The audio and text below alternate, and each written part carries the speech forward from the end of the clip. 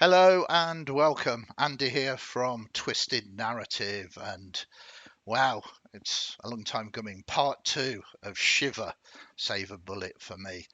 I'm very, very excited because it just came to a climactic point in the game.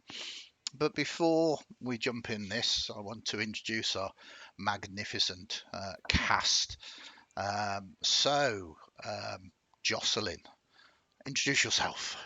Hello, my name is Jocelyn Spence, and when I was born, my middle name was Bridget, and my surname was Cady, and that will be my character because it's set in this time period where I know where my family was in this time period, and so I find this all very exciting to Yeah. imagine what my foremother would have done. Well, let's hope it's not as truly grim as what is about to happen. I'm Uh, here, so it can't be. yeah, absolutely. But it's kind of very interesting to have family ties. I do like to base my horror games on a degree of reality as well, as you all very, very well know. And it's so good to see you back at the table again. Um, Natascha, you finished having your coughing fit, so you can I go do. next. Yeah, I do. Uh, Hello, my name is Natascha. From the Netherlands, as always, still. And my favorite movie is Down Periscope. well, thank you for offering us that information. It But was the that question you asked last time. was a question I asked last time, but you don't honestly think I'm going to ask the same question again. Might even not do an icebreaker today. I don't know. It depends what mood I'm in. I'm going to say Matt. I was rude to you earlier off there, so please But go. you're always rude to me, Andy. Why? I know, I know. Well, I like to keep our relationship kind of on the edge. That's what you're calling it now. Good, good, good. Hello, everyone. I'm Matt, uh, and I am a friend and collaborator of Andy's, co-write the adventures that we publish together, um, and excited to see what happens next in this definitely perfectly safe and not death-inducing cowboy environment we find ourselves in. Absolutely. Last but not least, Dave. Hi, I'm Dave. I'm in sunny Long Eaton. It was dark. It was sunny. Uh, There you go. yeah, I mean, we Random are. fact. Do you want a random fact? I would like a random fact off all of you now, but you can Oh, go right. All first. right. Oh, I've got about 40 scientific publications. There you go. Yeah, a bit of a brain box, really. Well, No, that is the truth. That is truth. So we're going to do random facts. Doesn't necessarily need to be about yourself, but we've got that 40. That's impressive. I mean, it's that's not. well, I am impressed. I know a lot about a little tiny niche bit of stuff. And as always, it is fantastic to see you back. But yeah, so I mean, everybody's desperate to see what's going to happen next. But well, let us fill some time with some random facts. I think we've already had one off you, Jocelyn. But are you going to stick with that naming of your character random fact, or are you going to give me another one? I'm going to say I've lost count, but 20 some odd academic publications. One of them is a monograph in hardcover. Wow, it sounds like it's going to be a little heated and competitive now. That academics are always saying. So I'm not going to get a random fact off Matt. I'm just going to ask him how many academic publications have you got? Academic publications? No. No. Published things? 1, 2, 3, 4, 5, 6, 7. 7 or 8. Dear, see, I can't even trip you up with this. You are indeed a playwright and an all-round wonderful chap. Awesome. Natascha, just say Periscope again. No. I am actually a co-contributor to one scientific paper as a research assistant. And the subject was how to measure vertebrae from fish collected from otter sprains, which is otter shit, to the wild, and then have them measured against a table of vertebrae collected from otter sprains from captive otters that were fed. So we knew the length of the fish going in, and you know the degradation of the vertebrae coming out.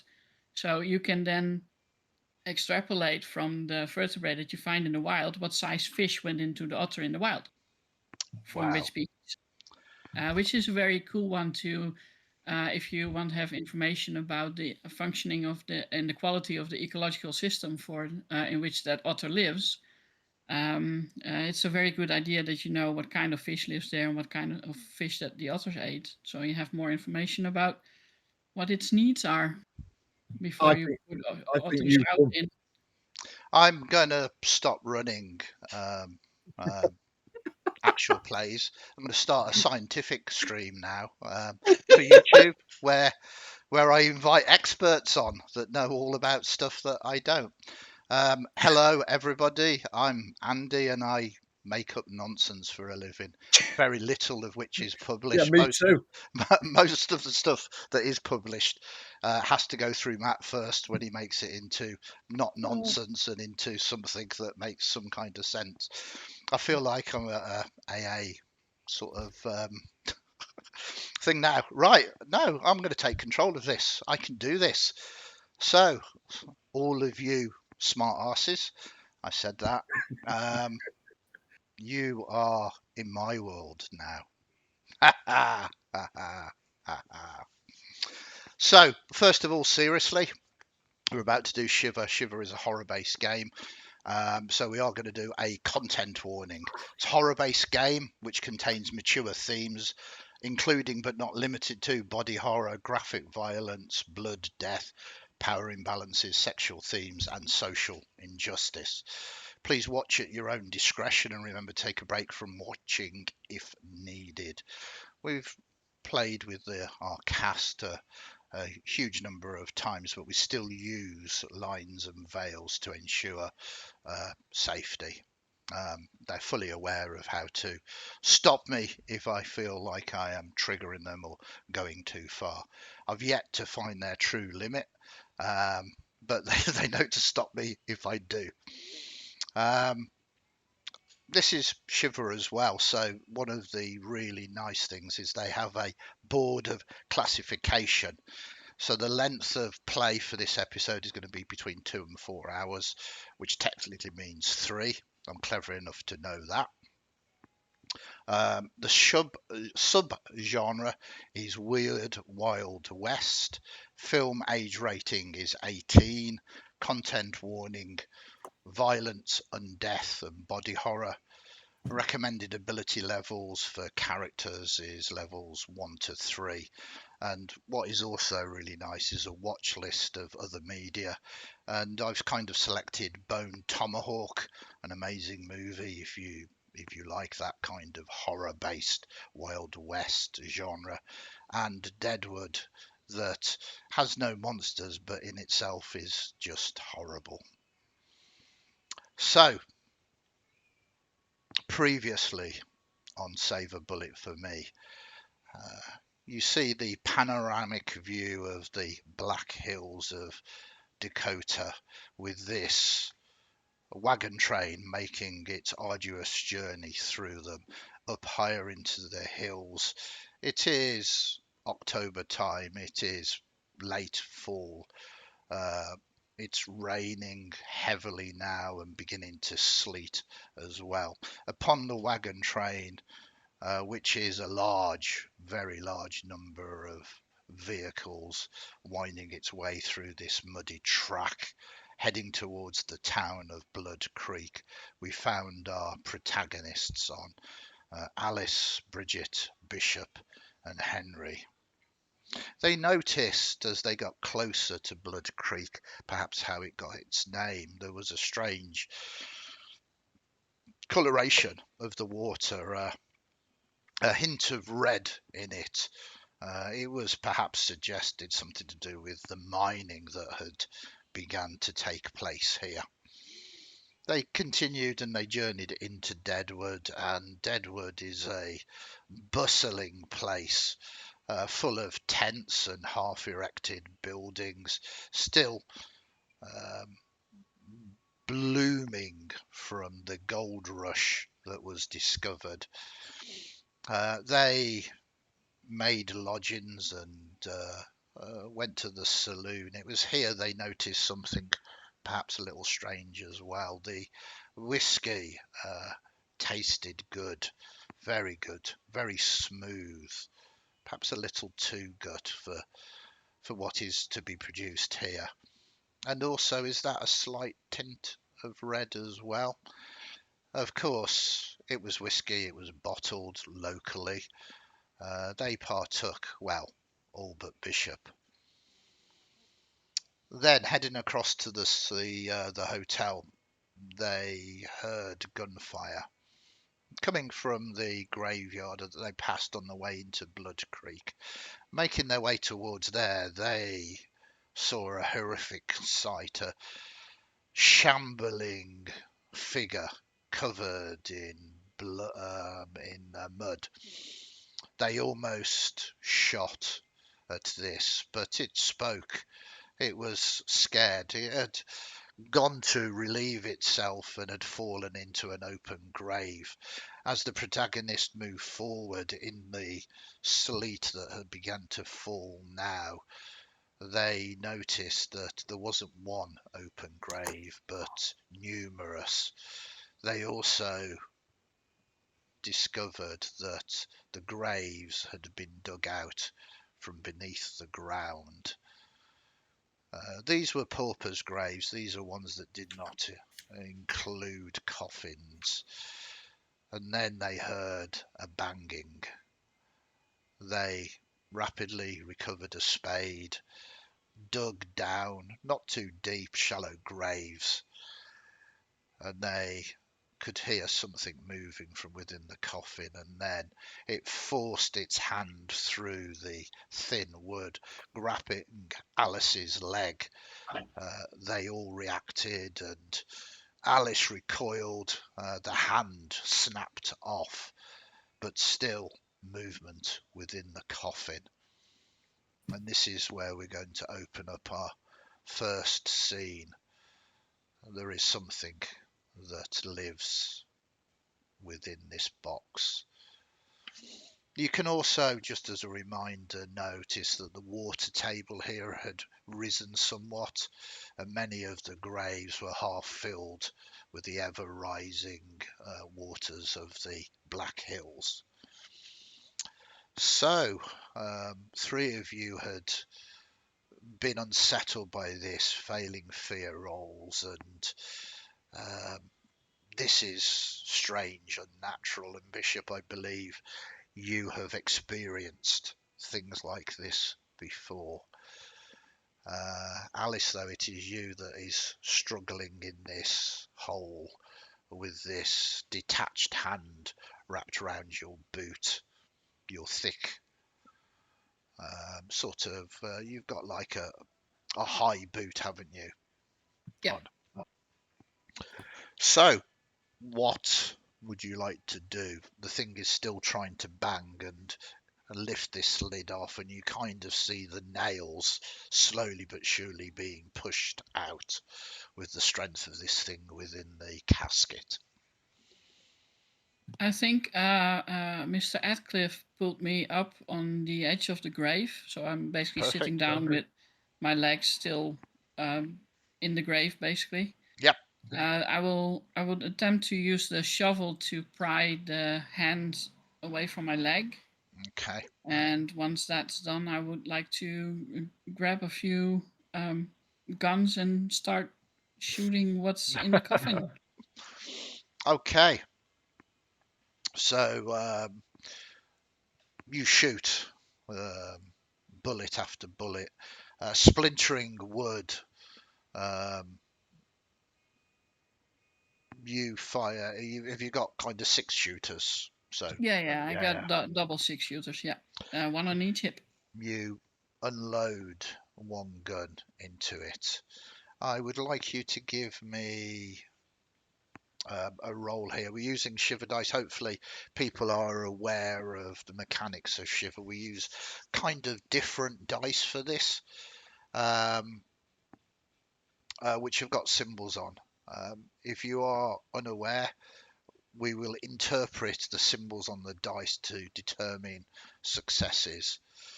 So I would like you to fire your gun. You only have to do one roll for all of the bullets.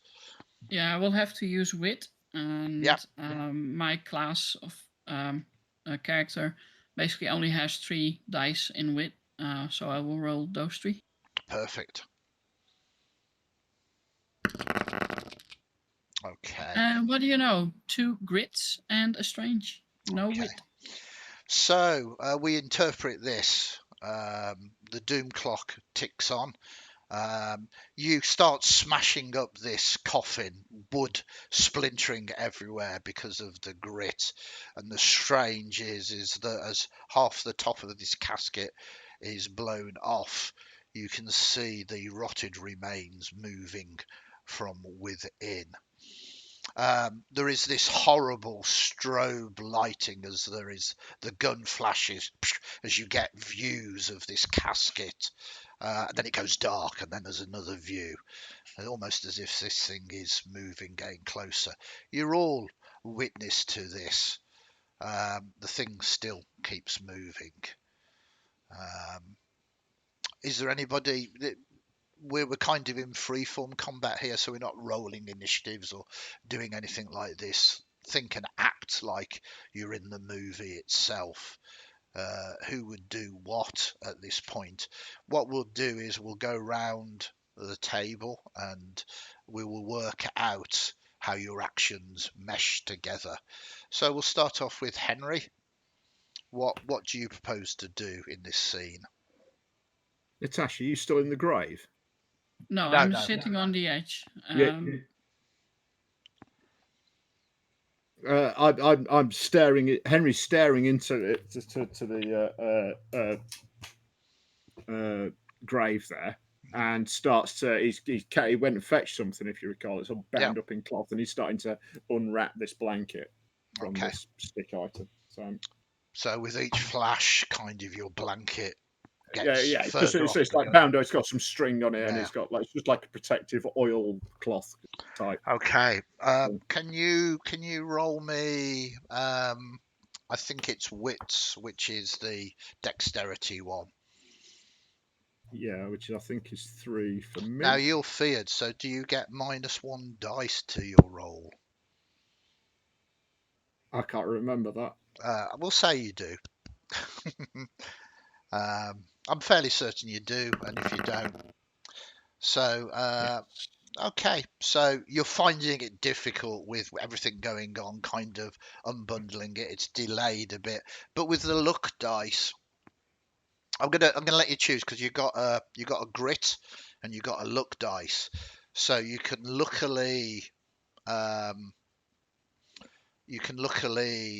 not sort of drop the gun and make it worse, or what you can do is kind of just rip the blanket off with the strength roll. It just tears at it. Yeah, so you kind of tear at it instead. Yeah, comes free. So it's a success in what you're trying to do, but because you didn't get the symbols that we needed, the doom clock ticks on. Just so if you're watching and you're unsure, because this is part 2, the doom clock is currently at past.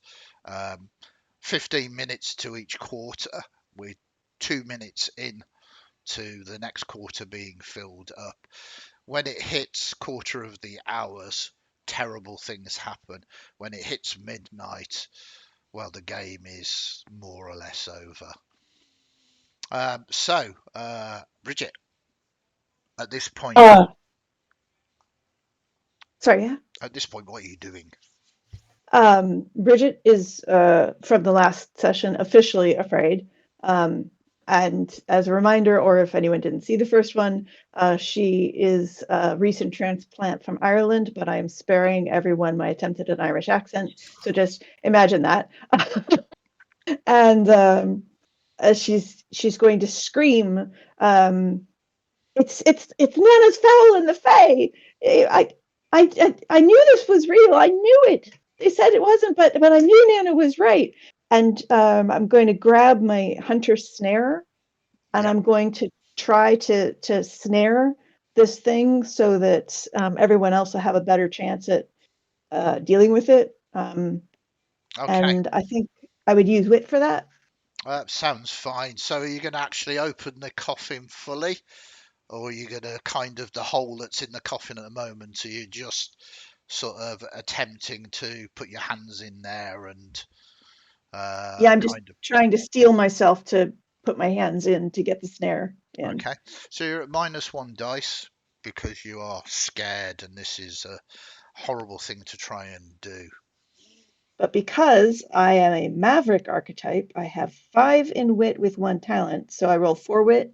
4 wit. Do I still roll the talent? Yeah, and the talent, absolutely. Okay. Cool. 4 skills and a talent. Very nice.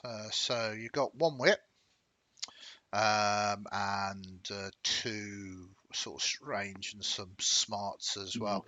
So I mean, yeah, you cleverly kind of think of the best way of doing this, and you succeed in somehow entangling this slow moving thing. This, I mean, I'm going to use the word zombie in this. And this is going to make it easier for people to cause harm to this if they wish to. And then we move to Matt. Sorry, Bishop.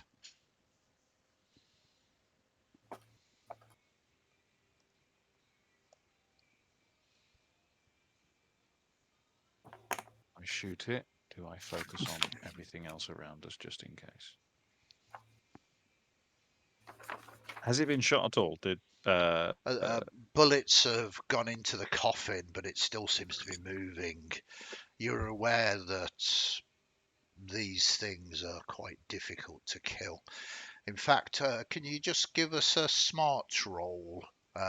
What is your smarts? 3. So 3. I'm currently afraid, so that would just be 2. Yeah, make it all 3. In fact, because you're afraid, I'm going to say have 2 extra dice. Because this is perhaps something you should know because of your backstory. Oh, okay. So how? So how just many roll am I rolling? 5. Yeah, I tell you what, roll 3, but throw a talent dice in on this roll. 3 and a talent dice on smarts. I want. Yeah, right? you're looking for the smarts. Okay, No, so yeah, none of those. So, but you got some hearts. The doom clock ticks on again. I'm loving this. We are rapidly moving through there. So, strange and heart. You remember. You kind of remember there, but it takes you to that moment, that horrible moment where one of them were on you and you were struggling and you shot it in the gut multiple times over and over and over again, and it just didn't stop. And you were emotionally drawn to this, and then you remember with your last bullet, you wasn't sure whether to shoot it or you, and you were so close to ending it for you, so you didn't end up like them. But you turned the gun on it in the end and you shot it in the head, and that is when it dropped. But you just, you're kind of almost back there, drawn straight back there. Do I still have? Yeah. I mean, it's just horrific, it's just that horrible memories. Yeah. I think so. Then I was looking out and around, and I think with all of the commotion, I would look back and see where everybody is sort of focusing and pulled into that moment. I think bursting out of it, I would just say the head, the head, the head, the head, the head. And every time I say it, try and shoot it in where the sort of the head region of the coffin and hope. Perfect. Okay, you've got your gun. Again, shoot. This is going to be wits, I believe, for gun. Yep. So I'm normally 4, but I'm down to 3 because I'm afraid, yeah. plus a talent bonus.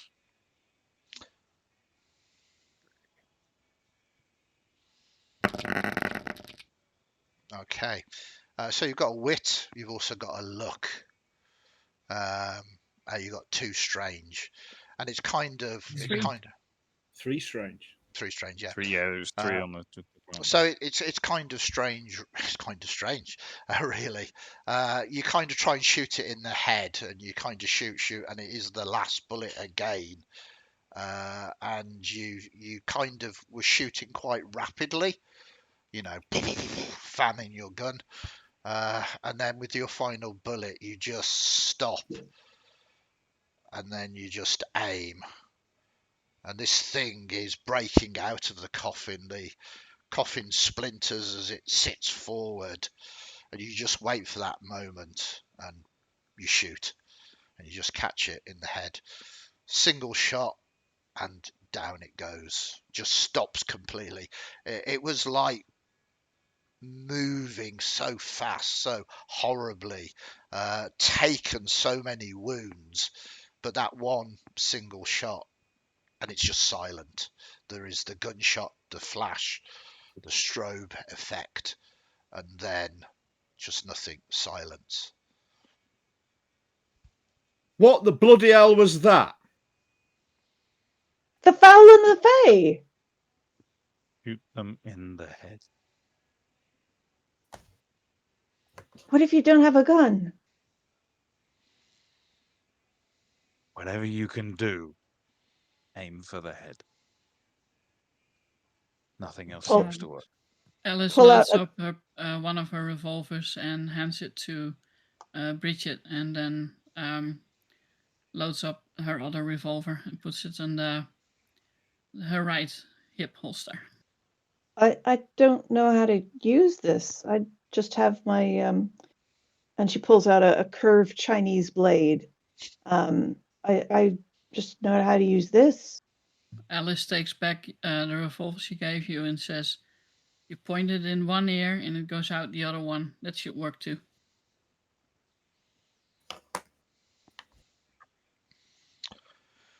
So, okay.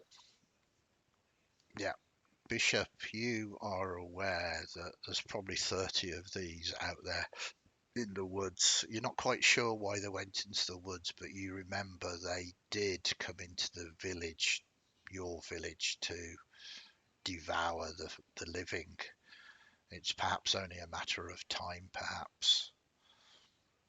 We have to find them and put the rest of them down before they do anything else. So if they've gone in the forest, do you think they've run across Samson Bowles? I don't know. I mean, are they attracted to people, or did they just run across us? They will be hungry.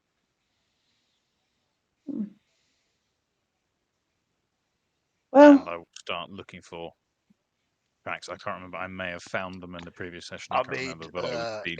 Yeah. It's raining and sleeting at the same time. I mean, this graveyard isn't really a graveyard. It's a field of mud, and it's just so easy to see 30.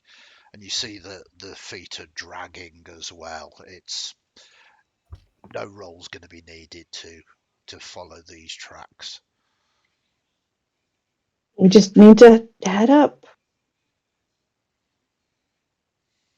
I pick up the torch that was wedged in one of the grave statue thingies, markers. Okay. So you're going to head into the woods following the tracks, yes? Okay. It's cold. It's dark. You cling around the light as you begin to move, and you can't help but jump at the shadows, the trees kind of forming sort of strange silhouettes on the edge of the light. You follow the trail fairly easily.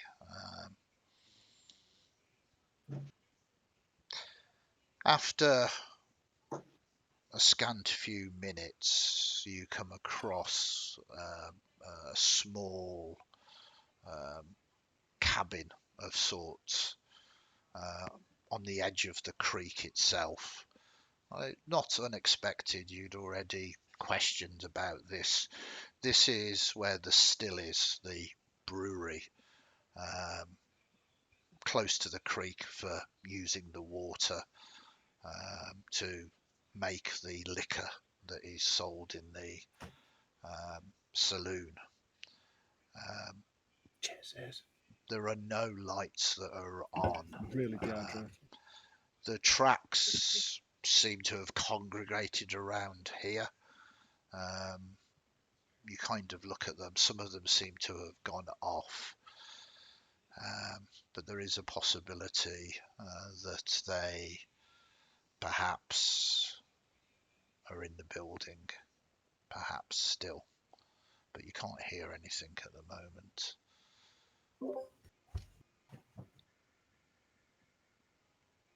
Alice would like to check in the house and carefully open the door. Okay. It has a couple of steps going up to a veranda, like much of these log cabins have. There's a swinging seat that is kind of moving and it's just kind of banging, dunk, dunk. No light through the windows at all. You notice instantly as you raise the torch, the door has been splintered inward, smashed in. Someone has, or something has made forced entry in here. Pulls out my gun. So left hand holds the torch, right hand holds the gun, and carefully goes inside.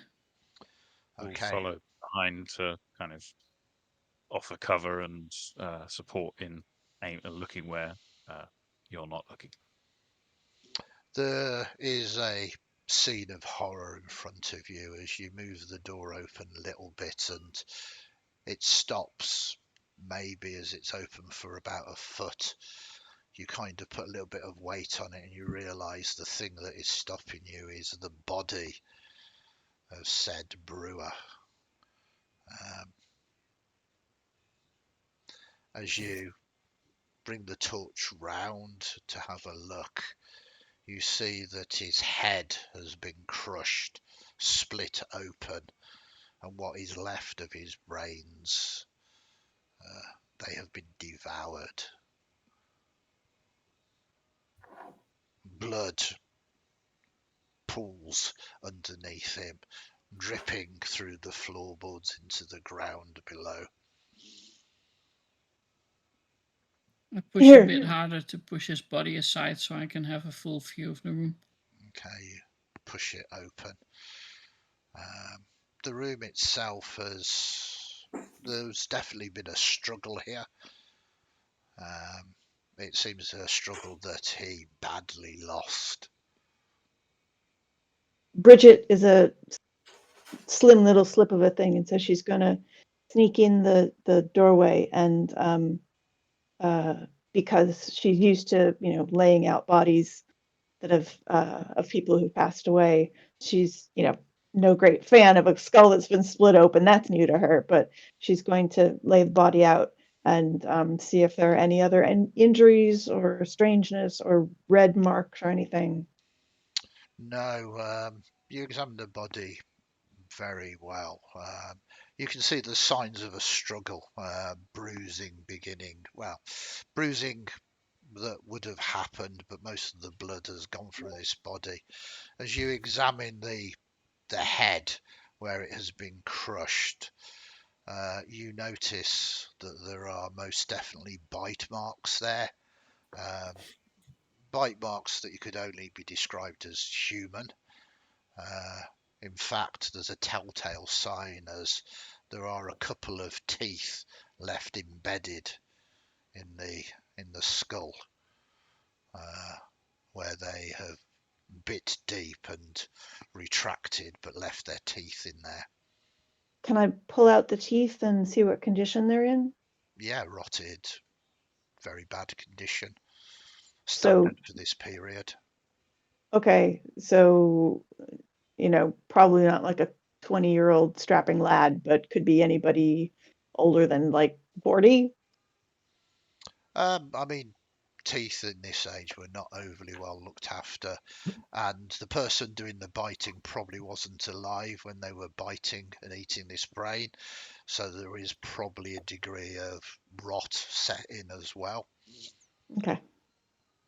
I carefully check the room to see if said biter is still around or if there's another door. There is another door that spills out to the back of the property. This is a very small cabin. They haven't got the luxury of space here. Can you give me a sort of search roll of sorts? So this is probably smarts. If anybody's helping you, they can sort of roll as well, but make the roll separately so we know who's rolled what. I'll roll first. Yep. I was helping, so I will roll after. Yep. Okay, I got the smart. That's good. Same with you, Bishop. Give us a roll. Just doing 2 because I'm frighted. No. Okay, luck. And strength. Okay, so there's a couple of things that you find here. You don't find any signs of these things. It looks like they came. A few devoured the brains of this poor soul, and then they've carried on. But it almost looks like they're all a herd, and while some peeled off, they've now kind of rejoined them. And as Bridget, you've opened the back door, yeah, you can attest to that. You kind of see that they've moved off towards where the rest have carried on deep into the woods. Alice. No, this was Bridget, because Bridget went out the back. Alice and Bishop, you find some other things as well as that. So you kind of see a few items that might be of use, Alice, in here. Kind of survival instinct kicking in. You see there's some rope, some lanterns and oil, and a woodman's axe. Bishop, you notice something strange with the luck that you managed to roll. You notice that there's a heavy metal box that is kind of, it's not hidden, it's just kind of stored, and there's some things that have fallen over it. It's got one of those catches on it that isn't locked, but you can kind of sort of click it open. You quite simply read the words on the box: danger, dynamite.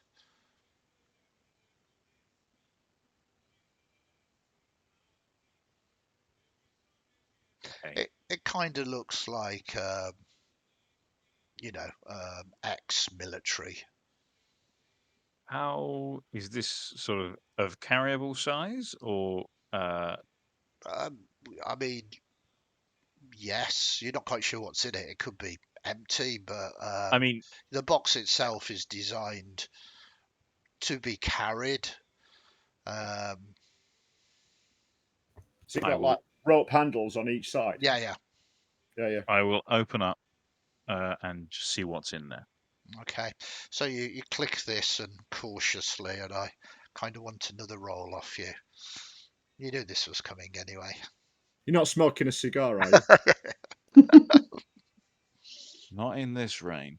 So Okay. yeah, I mean, I'm gonna. Yeah, go on. I will propose, because this is kind of, I would say this falls into the sleight of hand, Yeah, sneaking and caution and type stuff. I would like to absolutely. use my wit, if I may. It sounds spot on. So 3 and a talent.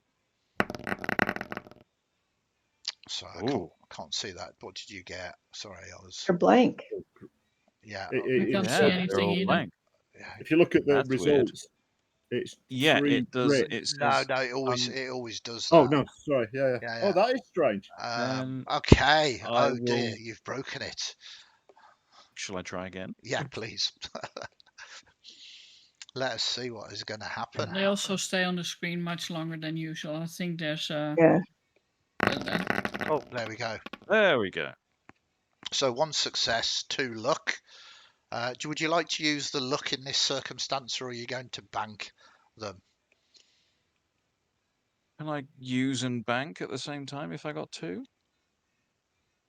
You can use 1 luck and bank 1. Yeah, absolutely. I'll do that, please. Okay. So, yeah, being very cautious, you kind of do this and you open it up. And wow, you were lucky. It is dynamite. Could be really useful against these creatures. The only real problem is it's sweating. It's unstable. You're going to have to be cautious with this, careful.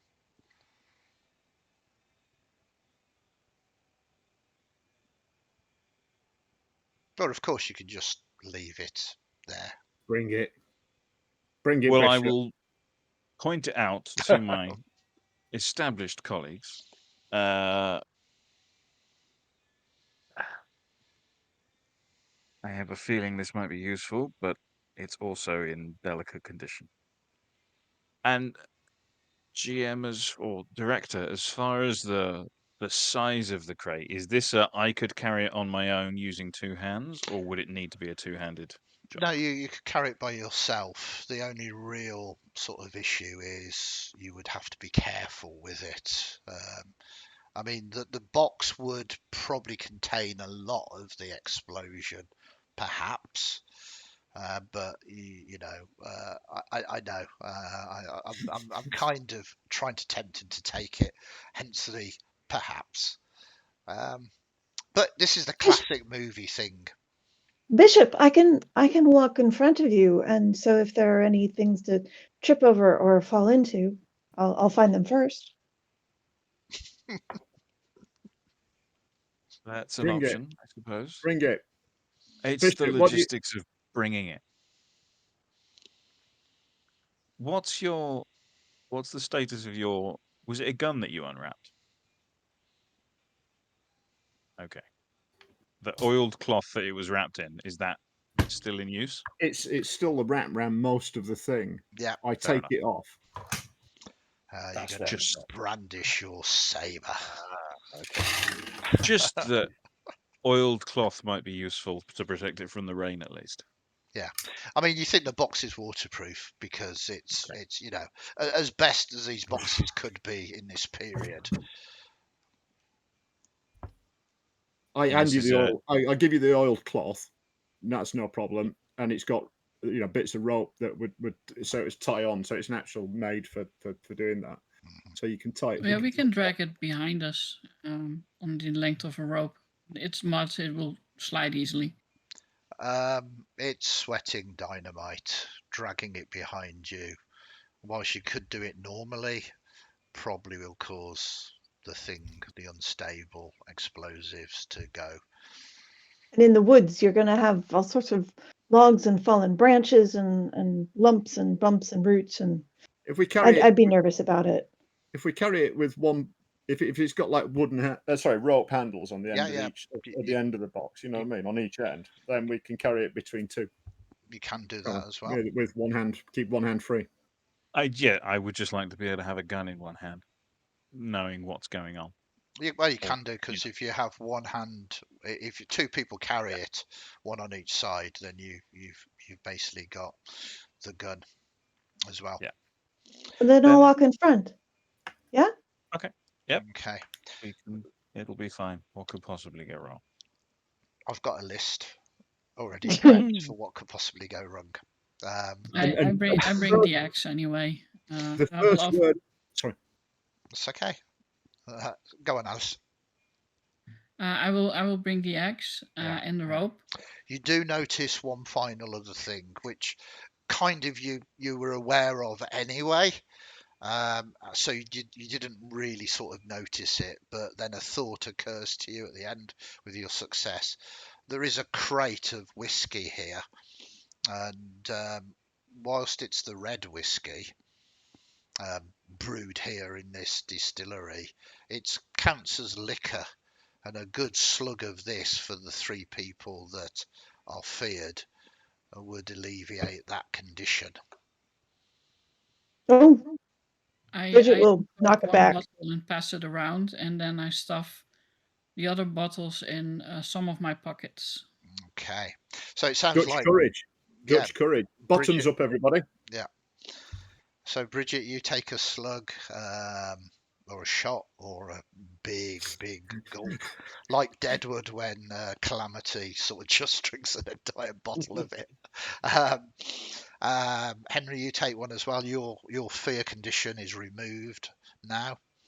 But Good Bishop, you like to live in fear. It's not so much that. So I have a question. Yep.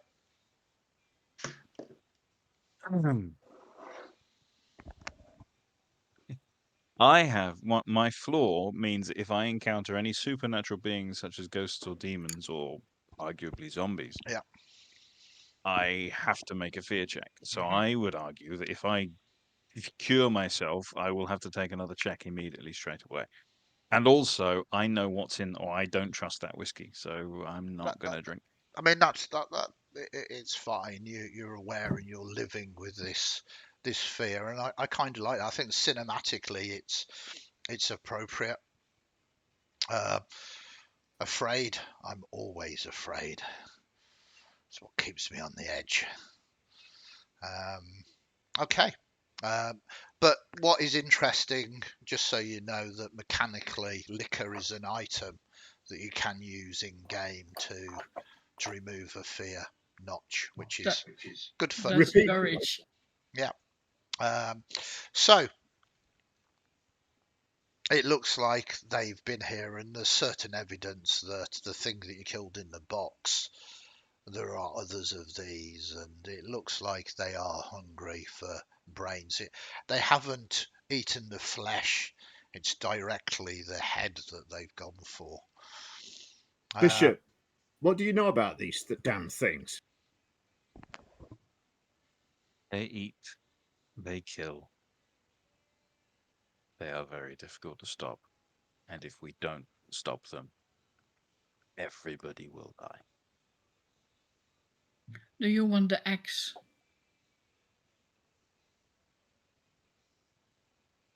If I wasn't carrying a crate, I'd take it.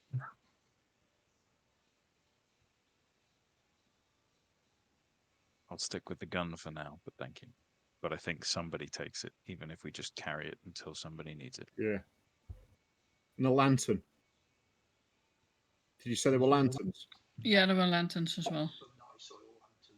Your microphone is up on your head, Andy. Yeah, thank you. There are some very nice oil lanterns which are going to be perfect in this weather as well, much better than the torch. Shall we take a couple of those? I can take one if I'm going up ahead. I'm going to strap my my sword on. Okay. On my belt. You strap it on your belt.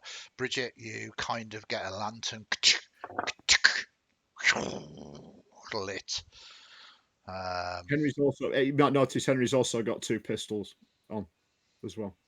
Not that there's any use with them, but you don't need to be a great shot when you are right next to one of these things and they're trying to eat your brains.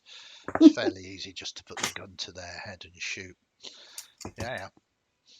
I'm keeping the torch, but I've holstered my gun and am now carrying the axe in that hand. Yeah. I think, Henry, we're going to learn where the saying, don't bring a saber to a zombie fight, comes in. Well, I don't know. I don't know. We will see. I don't know. Might be good with it. You might, yeah. You might be. That's supposed to be granddad's. There's Henry's granddad's, that. Carried here Waterloo. Very nice. Which side did your granddad fight on? That's clearly an English cavalry saber. Thank you. The Greeks. Okay, so you cannot find anything else of use here. You are losing time. The longer that you take, the further they will be. It's strange. You would have expected them to head directly towards the town, but they haven't done that. This feels a little odd to you, Bishop, with what you know about them. But you have little choice but to follow the trail.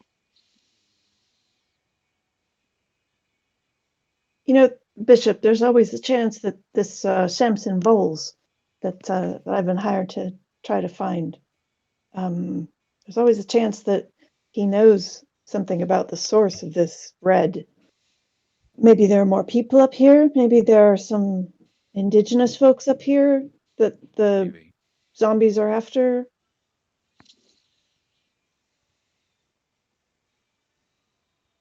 From what I know, they aren't ever after anything. They don't think in so coherent a way. But we need to follow them and be prepared to aim for the head as much as possible and try not to die in the process. Okay, let's go. Okay. You progress forward, this time a little better equipped, maybe moving a little slower. Am I right in thinking, Bishop, you have half of the crate and Henry, you have the other half? Yep. Is that right? Yep. So, Bridget, you are moving ahead with a lantern, and one presumes then, Alice, you are following behind, making sure that With the torch, yeah. with the torch. Okay. A number of minutes passed. You go cautiously following the trail. It doesn't slow you down much.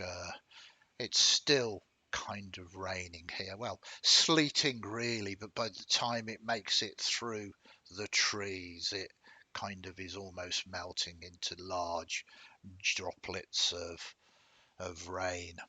It's muddy, it's wet, and you feel like you are walking into hell itself. You follow this and it's quiet, just very quiet.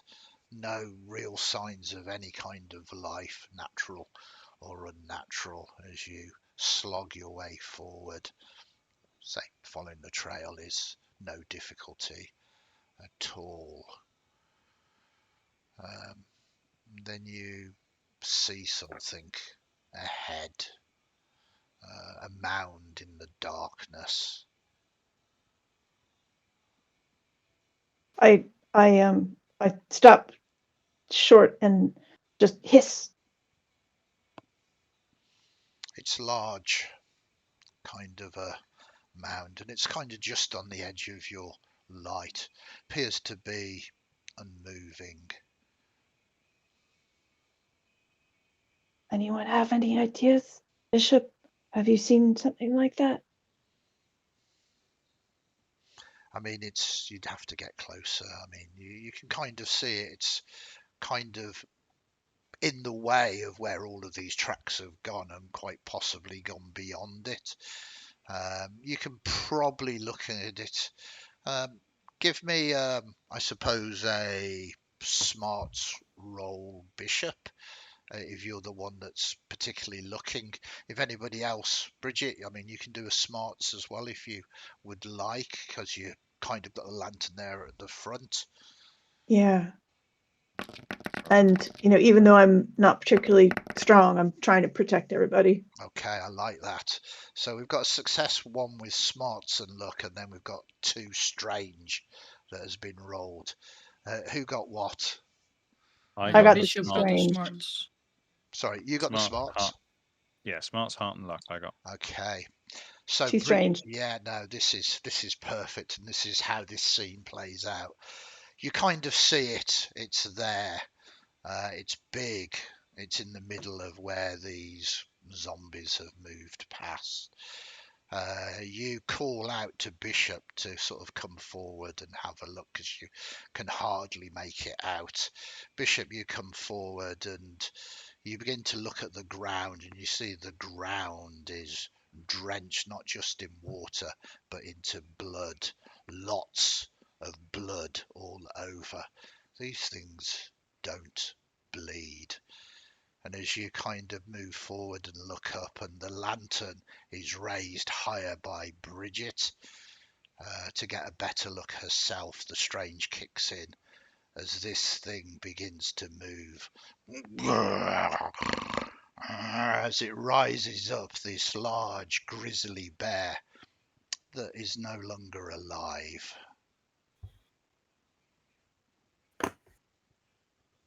I'd like to shoot it in the head if I have a moment, please. Can we just Wow. pop that box down? yeah.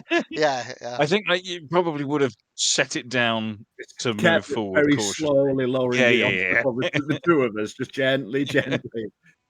Now this is a zombie, so what I want off you, Bishop, is I want just you're not going to get any more frightened, but I want you to roll a strange roll, and if you get a strange, you kind of temporarily kind of just like and Okay, you're cool. just kind of paralyzed for that one moment, so you can't Nice. instantly shoot.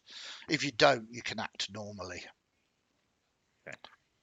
So It's just I think it's just you just roll a single dice, and if you get a okay. strange, it's like a fear check basically. If Cool. you if you Okay, get if you get a strange, then you are frightened. If you don't get a strange, you are not. one dice. I think that's how Yes. it works, or is it the other way round? Don't know. Fear. Let's have a Your quick look call. at fear. Well, I mean, I could make it up because No. But if we got the rules, let's look at the rules. yeah, that is my job. I kind of want to get it. Fear check. Where is fear check?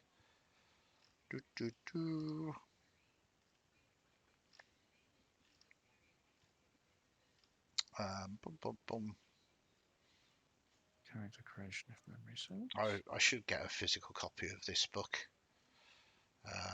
so it's faster for me to check these things out.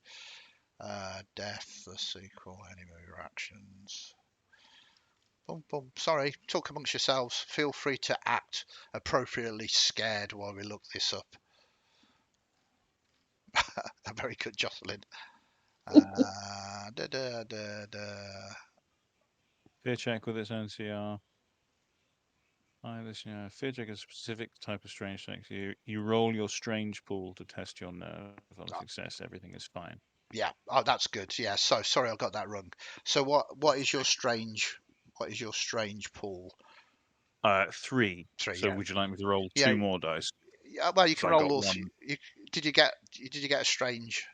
You I didn't. did not get a strange. So roll 3 and see if you get a strange. If you get a strange, you are not scared.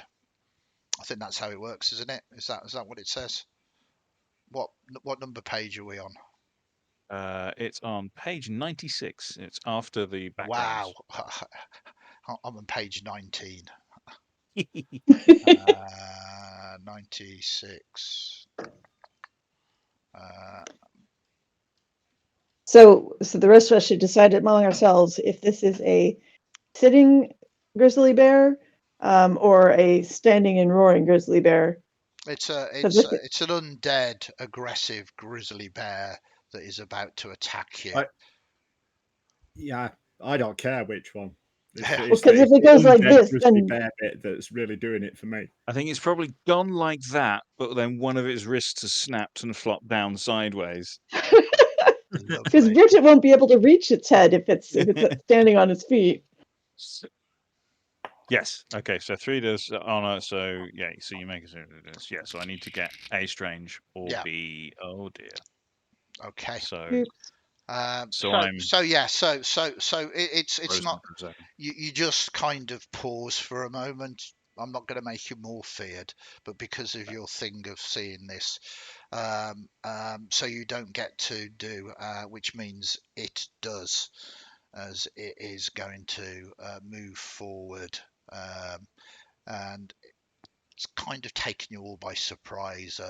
If this was a movie, it would be called a jump scare. And it is going to attack. Boom, boom, boom, boom, boom.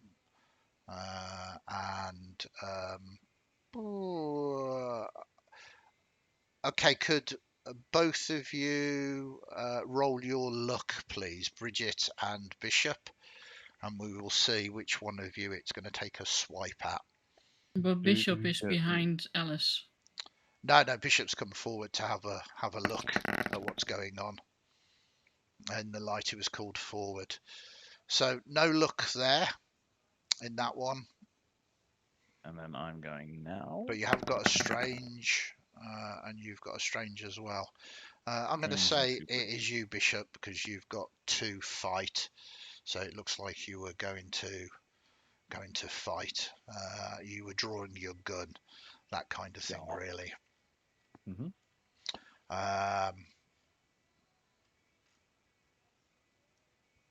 So I'm going to just roll this attack for this. I've got this set up. Okay, so it's got 1 grit. I'm going to say it is going to strike you for 2 damage. Have you got any armor? I have not got any armor, no. Okay, so you take 2 wounds. I don't think you're wounded at the moment.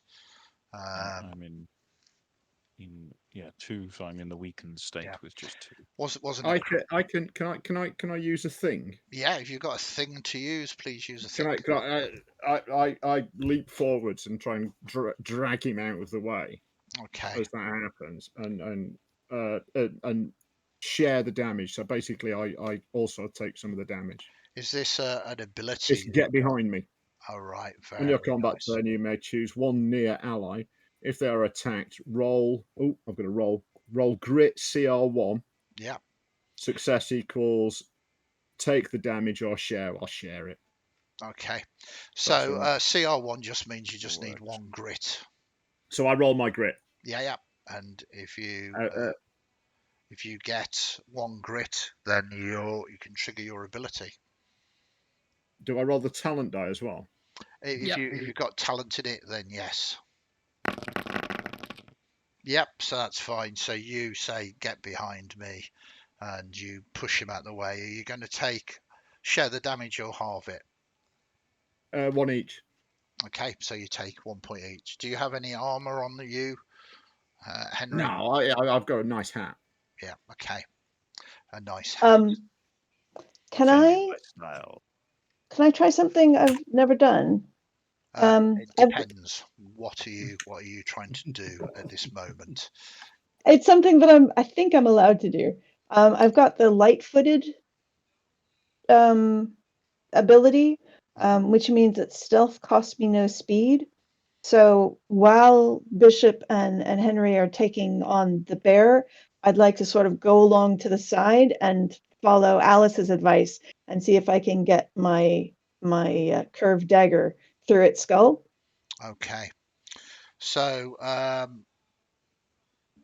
all of this is happening at the same time. So first and foremost, what happens is you see something. You kind of move forward, issuing Bishop forward due to the fact that he's seen these kind of things before, and you're kind of just wondering. He moves forward, looking at it, noticing the blood on the floor coming from what was something that was living. This is strange. Kind of looks up curiously. You raise your lantern up. That is when your strange triggers, and this bear begins to animate. Bishop is then frozen for 1 moment in a heartbeat, and the bear strikes. Henry bravely moves forward.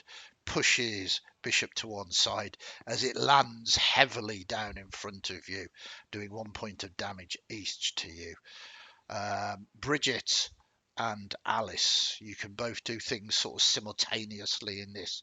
Bridget, you want to use your ability to go into sort of move behind it so it doesn't see you. Yeah, I would put down the oil lantern on the ground and sort of sneak around to the side and try to get it from the side where it can't see me. Do you need to roll for your stealth ability, just like Henry had to? It just says stealth costs no speed, so I don't know. Okay, so all that means is that when you're moving, you can move at your normal speed without any kind of hindrance to your speed. Fundamentally, doesn't give you an ability to just vanish. So if you want to stealth, you will have to use your turn to disappear into the woods a little bit and give me a sort of hide roll, which will be your wits. But you won't be able to strike this time. You would have to disappear and then next part appear again and attack, or you can just make an attack if you want. No, I'll try and hide first because from sneak attack, my damage gets +2. Okay, perfect. So give me that witch roll and let us see if you can sort of disappear out of the line of its sight. That is a failure. Yes. Okay. A strange failure. So you disappear into the darkness, and it doesn't appear to be paying any kind of attention to you at the moment. The doomsday clock ticks onward, but you're kind of out of its sight, and it doesn't seem to be paying any attention to you at the moment. So it's not necessarily a bad thing. Alice, all of this has happened in an instant. You have had a moment to assess the situation. How are you wanting to act? I drop the axe, get one of the bottles of whiskey from my coat, run at the bear, point blank range, smash the whiskey bottle against the side of its head or its shoulder, and push the torch against the liquor-laden fur, and then get the hell out of Dodge. Okay. I mean, I have consistently said how wet it is here, just so you are aware. But this is a movie. I'm going to give you a sort of devil's bargain here because this is a movie. If it's flammable, so are you. This is a dangerous act in mud and slipping and sliding all over the place. So if you want to do this and you want the bear to become inflamed and do actual damage to it, there is a chance that you might catch yourself alight as well with this, with the liquor and everything else. Yeah. Okay. I'm going to set the CR rating for this at 2. So you need at least 2 successes for this to be a success. And I'm going to say if you get a luck on your dice or you use your banked luck, then you can negate the damage upon you. I don't have any bank luck because I can't store any. So you're going to have to hopefully roll some luck. So is this a luck roll or is this a wit roll or a grit roll? I'm going to let you choose what roll you want to make. What I'm I want to saying do a is, strange roll.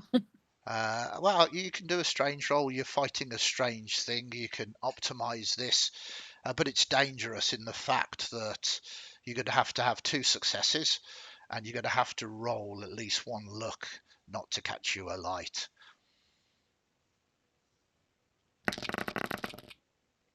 Okay. No luck, and 1 success. So no flammable bear. No, this is, but cinematically, the director is very happy with this outcome. The scene looks amazing. As you charge forward and slam this bottle, there is a large splashback over the bear and on you. And as you try to burn the bear, you catch your sleeve and it flares, and you kind of are moving around a flame. Take 1 point of damage, which will be ongoing if you don't spend your next action to extinguish it, which is easy enough to do. There's a lot of water around here. This is why I love this game. The dice really help kind of play it out. So we return. Bishop, you suddenly snap out of your sort of stupor. You are Both. frightened, so you are on 1 minus dice, just remember. Yeah, both guns out Mhm. and attempt to fire at it. Okay. So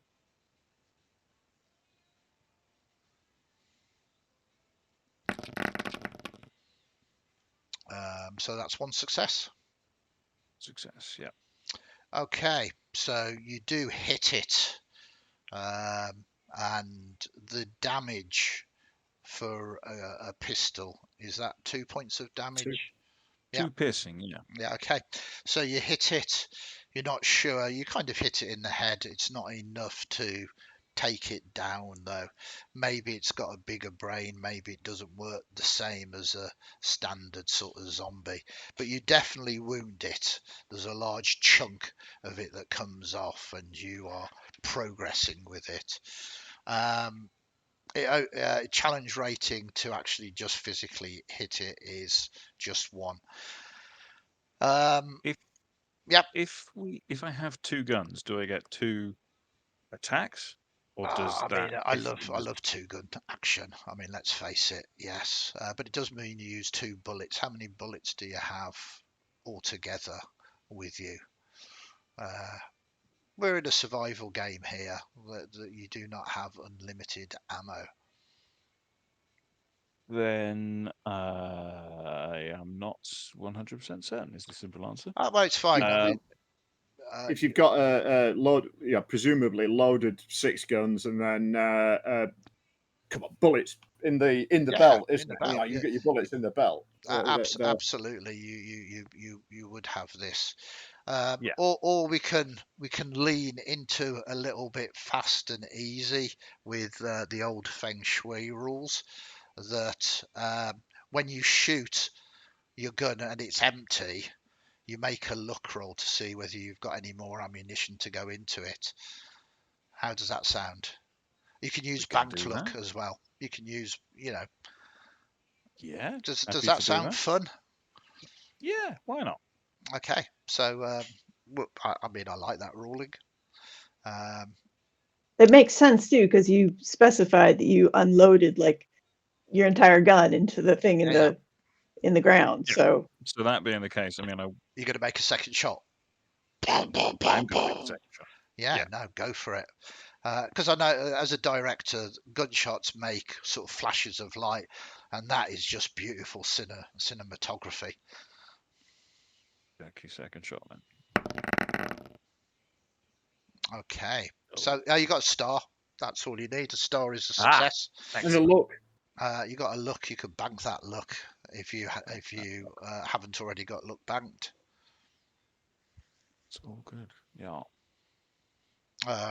And it's going to take a luck point for each gun, just so you're aware.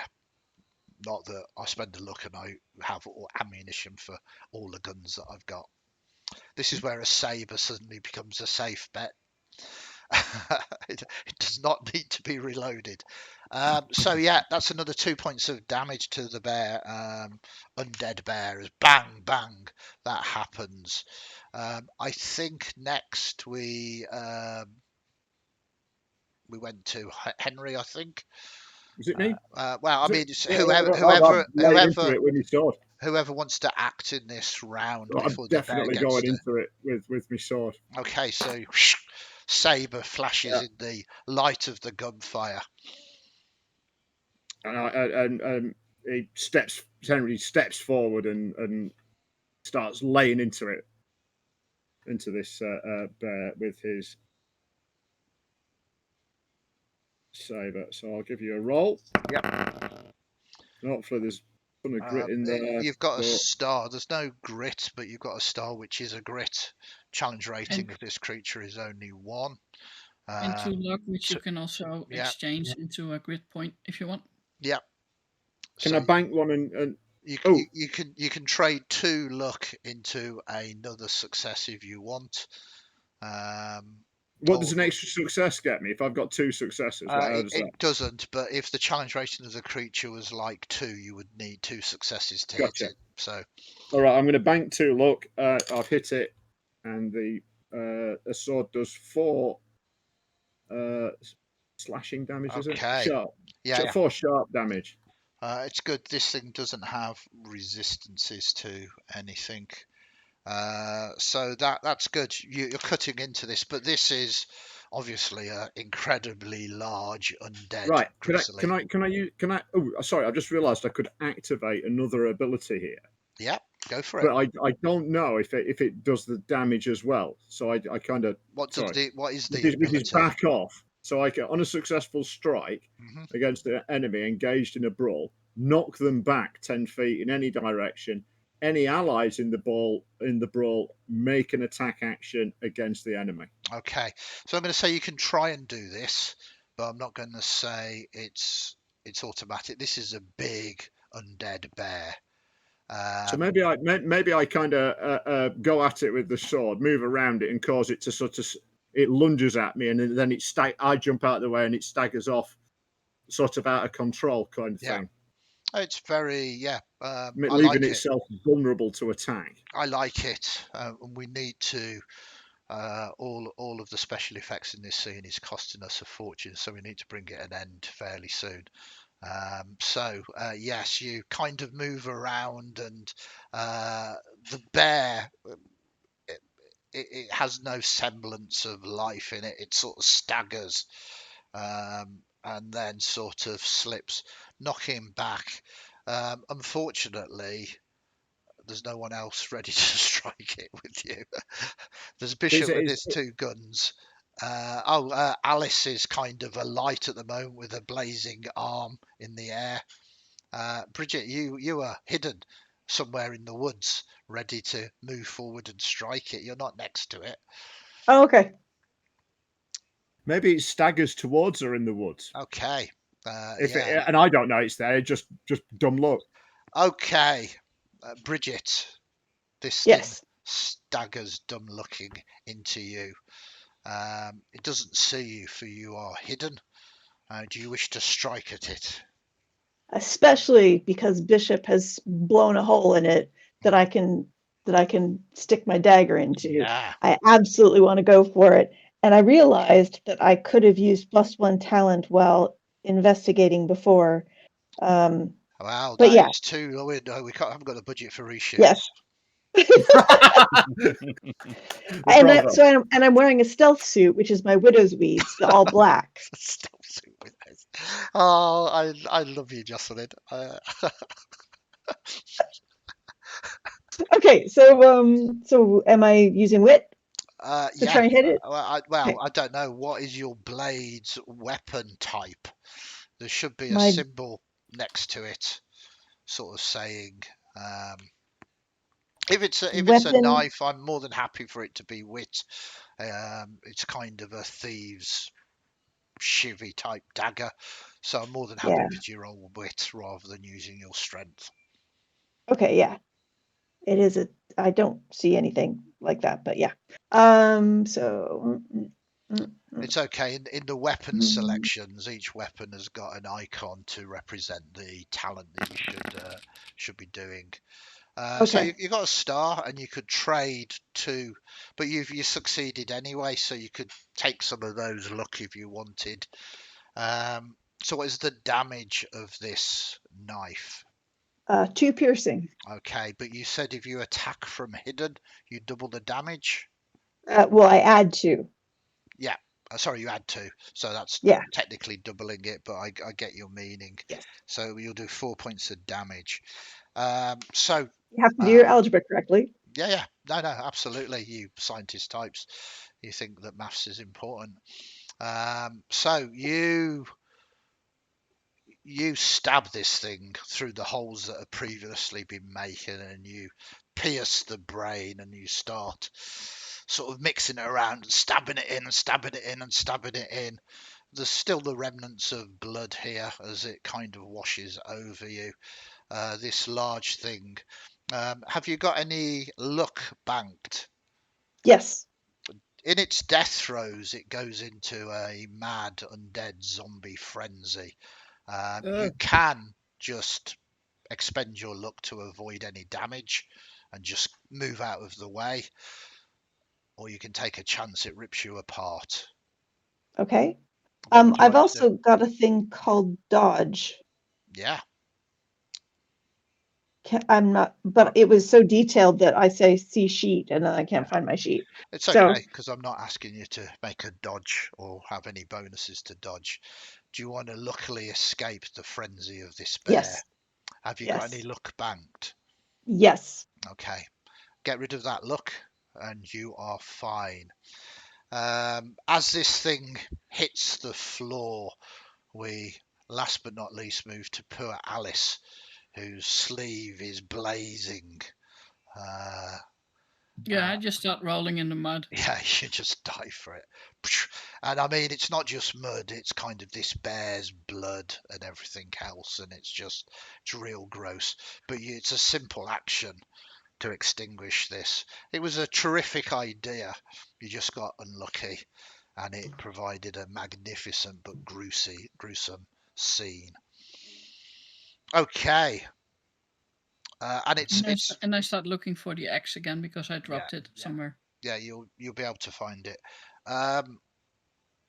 But with you extinguishing your blazing arm, it's kind of strange because the photography is bright as you're moving around with this bright burning light, and as soon as you extinguish it, it's almost as if you're all plunged back into darkness. There are the lanterns, of course, but it kind of gives you that really horrible moment of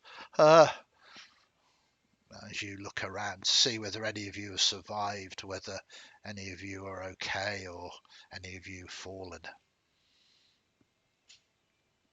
Everyone all right? Alice, you okay? Yeah, I'm fine. I put my sword away and start smoothing my coat out, smartening myself up a bit.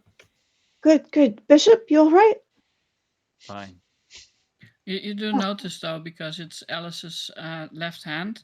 Her left hand is now in one of her coat pockets, and she's lifting the axe in her right hand. Oh, It's just a little bit odd, that's all that you notice. so they eat bears as well as people, Bishop? No, I mean, they haven't consumed the brain of this creature. But so if they attack, if it's been bitten and attacked, it turns into another zombie. Can you give me smart rolls? You get the light close to this thing now.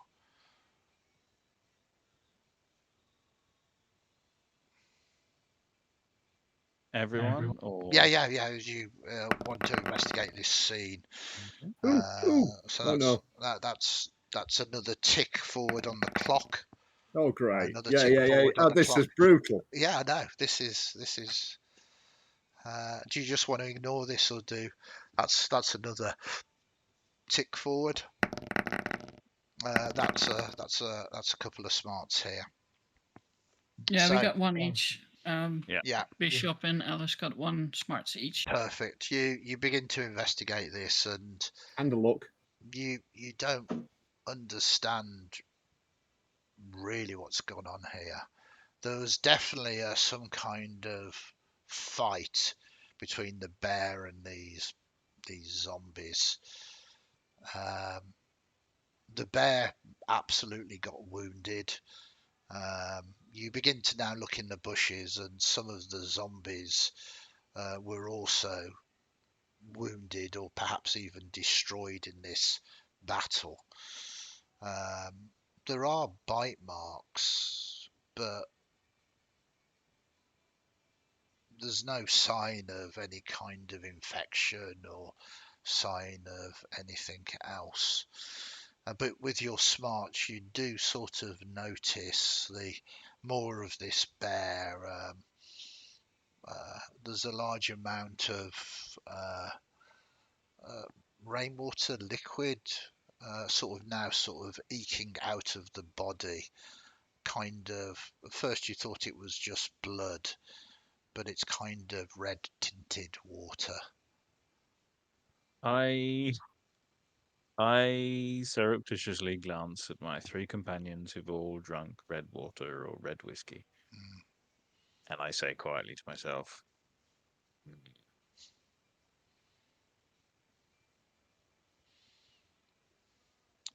So with the smarts, fundamentally, Alice and Bishop, you think that perhaps there is a link. Perhaps it affects the dead first, but large creatures that live in the woods that constantly drink from the creek might also be somewhat affected.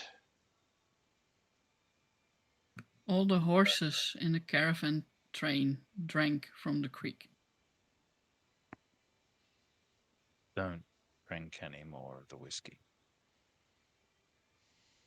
No, I didn't bring it to drink it. I just thought it might be Just- handy to set fire to just- things. It was very Just good drink whiskey. Don't drink any more of the whiskey. Horses drank a lot of the water. Everybody around here is drunk. There's not so much water that's drunk, you think, in Bloodcreek, more liquor. You know what But it's everyone, like. yeah, that's it. Everyone's drinking this stuff. Yeah, people have been drinking this for months and they're still fine. When we were in the village. It's only once they've died. Well, then it's a good job we're not in a position where that's a very real risk right now, isn't it? That's all I'm saying. And we don't know how long this takes. We don't know the concentration. Oh, this is all fine. And Blood Don't Creek drink is any only a more few whiskey. months old. Yeah. As I said, the people in the village have been drinking it for months. They still looked fine. Fine. Let's get a move on. We need to catch these things. Yeah, let's get moving. Let's get Alice moving. starts moving on. Axe ready. Yeah. And now she's walking in front of you. She has both hands on the axe, but you can't see her hands. Okay. You Pray it heft again. the crate up between the two of you. It's a good job it's in a military container. This mud would have easily. You put it down gently and you kind of lift it up gently again. You begin to move off, and again, it's hard going but easy to follow this trail. There is little to no sign of them attempting to cover up their tracks. Why would they? They are mindless, brainless creatures. And Alice, you've come up front to join me? I'm basically ahead of everyone. Oh, so we're not walking together. You're ahead of me. Oh yeah. Okay. And you've got the torch still, is that right? I don't have a torch. It went out. Yeah, so you've got no light source now. You're just Got using lanterns. light from behind you. Yeah. Yeah. I've got the Okay. oil lantern still. Okay. And as you walk by, I'll say, Alice, if you want to walk by me to have better light. No, I'm fine. And you notice that she keeps her hands away from you. Okay. You take care. You take care. Yeah. Okay. I got a big axe. True. Should try using it sometime. Wow. I mean, that's an opportunity to try using it, Alice, if you really wanted to. Yeah, her shoulders tighten a bit, but she keeps moving on even faster.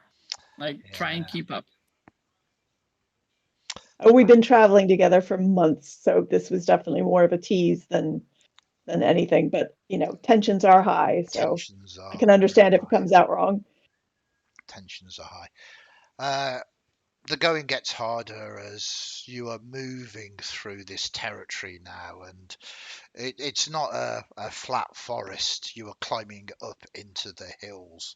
For those of you that kind of saw First Blood, you kind of realise how sort of craggy and sort of foresty this area is. It's hard going as you are going deeper into the hills, and about an hour passes and you follow the trail, but the trail not so much ends but continues across what looks like a kind of oldish, very rickety bridge that crosses a gorge, dropping a good 100 feet down. You can see that the creek is fed from this, and all the way down there you can't tell, but this is no doubt the river that feeds the creek. The zombies most definitely have made their way across this bridge. There is the sign of mud being scraped. You can see a number of the boards have actually given way with the 30 plus individuals that made their way across here. Some of them no doubt have perhaps plummeted to their death into the gorge. Well, their undeath anyway. It doesn't look particularly safe. Alice puts the axe through her belt, gets the rope that she also brought, ties it safely to whatever is holding up the bridge, and starts walking across, playing the rope out behind her. Okay. As she will tie it to the other end as a extra precaution for people to hang on to. How do you want to cross this bridge, using what Very sort of carefully. skill? So testing to see if the next board will hold my weight and that sort of stuff. So it sounds very much like using smarts rather than wit. Yeah. You kind of testing out. So give me a smarts roll, please. How tall is Alice? Nope. No. You got one luck roll. The clock ticks on. You are very close now to 1:45. How Can you tall are you, burn look? Alice? Sorry. I'm just trying to find how tall Alice is. Alice? Fairly tall. About 5'8". But let us say round about halfway across, because it's cinematically appropriate. You make a misstep, your foot goes through one of these boards and you begin to fall. But you rolled a luck, and luck is with you. You manage to recoil, pull your leg back, and you can continue onwards. You manage to get across. Alice can't bank luck, but she can still. I'm not sure if she can still use it though. It says that I can't use luck. Yeah, you haven't used the luck. Luck happened to you. You rolled a luck on your dice, and as the director, there is that moment where we see you, Alice, move across. Your foot cracks, almost goes through, and you manage, just luckily, to avoid kind of twisting and falling. You get to the other side. Yeah, I tie it up and then pull out the axe from my belt again and stand guard for the others to cross. I mean, it could be perceived that the rope is tied and then Alice is standing next to the bridge with a wood axe. You can interpret that however you want. We have 3 other individuals here. Bridget, your last words to Alice were a little bit mean. I'm sure she's not going to let you fall. How are you crossing this bridge? Um, well, seeing that Alice, who isn't much taller than Bridget is, almost went through. Bridget is going to be very, very, very, very gentle as well. Mhm. And before she goes across, Henry, Bishop, how are the 2 of you going to make it across with this big, heavy box at the same time? With great care. Would it help if I took half of it? I'm maybe me instead of the larger of the 2 of you, just sort of to balance out the weights a bit. Henry's quite a big lad. Bishop, maybe you and I should take it. We can try. Okay. Nice volunteer from Bridget. So, Henry, it looks like you're going to cross next. Or do you Oh, want good. to wait alone either side whilst Bridget and Bishop cross Yes. with the? You do? Yeah, I'm going to let them go first. I'll hold the bridge in case anything comes from the Okay, rear. so we have Alice on one side, Henry on the other. Bridget, Bishop. Each with sharp weapons ready. And in the middle of the bridge, we have a crate of sweating dynamite suspended between the 2 of you. So, how are you going to do this? Slowly. Slowly, cautiously. The mages of fear. Are you wanting to use your strength to just try and hold this thing straight? Are you wanting to use your wits to kind of move sort of cautiously across?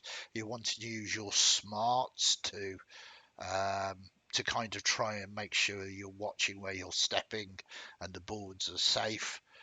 Are you wanting just to put everything to look?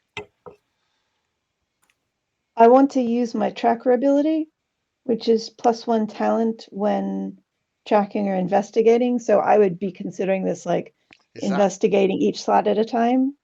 I mean, you are pushing the boundaries here, but okay, I will allow it. Okay. And is that using my wit? Well, you're doing this together, and it's always good to have friends. The problem with having friends is if one of you fails, you both fail. Oh, So God. yes, rather than helping each other, you kind of are both a liability on this perilous bridge. So Excellent. think carefully about the rolls you are making. Bridget, you want to use this tracking? It's +1 to, is it your wits, did you say?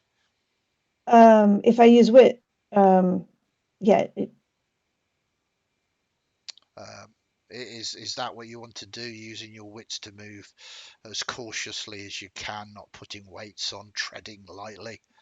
yeah, I think that's the idea. Okay, give But us a wits roll. Let's yeah. see if you succeed. If you don't, it doesn't really matter about Bishop. Funsies. So there's those, and then 2 of those. And come on, success, luck. Yeah, so you're okay. Well, I say you're okay. You've done your half. It's not going to be your fault. It's like really perilous as you're moving forward, hoping this, and the sleet is coming down, the bridge is moving, it's creaking every step that you make, and you're carrying this weight, and you know that this stuff in here is high explosive and it's sweating, so uh, the slightest kind of sudden movement and the whole thing could go up. And just like Henry indicated with his facial expression, the explosive inside are going to blow, and the metal box contained into it is going to fragment, and sharp metal is just going to rip you both apart. I'm sure everything will be fine, though. Yeah. So it probably Bishop, won't blow up. It's probably quite safe. Do you have any luck banked? I do. Okay, well that's useful. Okay. But you didn't drink any of the whiskey, did you? So you're still scared. You're still feared. So -1 dice to any roll you make. Yeah. I am. Is it now time just to take a slug of that whiskey, just to give you courage? No, it's not. Okay. No. Not seeing what he's seeing with the bear and everything as well, and having come to the conclusion that you come to, even if it's fine until you die. You've seen those things up close. He doesn't want to come back as well. If you do drop it, there won't be anything left to reanimate anyway. Exactly. No, so it's fine. It's a win-win. Well, it's a lose-lose, let's be honest. But even so, I can't. I'm torn, but I don't know whether it should be a wits or a smarts roll, because I want to just try and, as best I can. What's gonna look good in the movie? My instinct is saying smarts, because it's using my brain to try and move and match the movements of the partner I'm carrying this with, as well as trying to find things. So it's using my brain more than.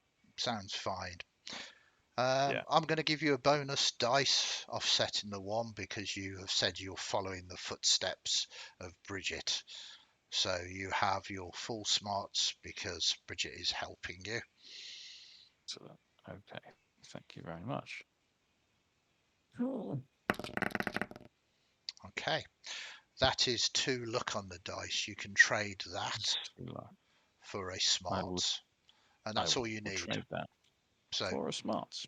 I'm more than happy for you to do that. You weren't smart at all. You just got lucky. That's how it plays out. So give me a bit of a narrative as you desperately, as this bridge is swaying, you're trying to keep this dynamite safe. The boards are creeping. You're kind of watching Bridget. How do you get lucky? I feel like it's trying to do those, like trying to do 6 things at once, trying to focus on, trying to watch 3 different things, trying to walk safely. And I think I probably get to a point where I then trip because of the sleet that's coming down, and I slip on a board, and it makes me stumble forward. And as I stumble forward, the one I land on, the 2 slats either side break and fall, but the one that I'm on is the solid one. So just by luck than judgment, I've managed to find the right footing. Excellent. And whilst you're lucky, the bridge isn't. With your beautiful description there, the rest of the bridge just begins to fall behind you, and it's like go, and the 2 of you just move as fast as you can, as safely as you can with this as you scramble to the other side. There is, though, a rope that is stretched across Henry, a single rope now for you to traverse this.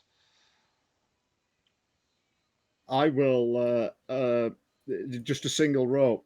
Yeah. Can I hang off it and hand over hand and legs? You can do this the old-fashioned way. Oh yeah, did that in the army days, loads. Okay, sounds simple. Sounds like not a problem for you except all that sleet. Yeah. At least you're not trying to one carry leg a box over of and pulling your in. Explosives. Now, are you attempting to make this any safer, or are you just going for it? Did we bring some rope that we found back at the what's it? Yeah, you did. Yeah, that's what I used to make this connection that's still there. Is there any of that? Is there an end of it? Yeah, there'll be some spare.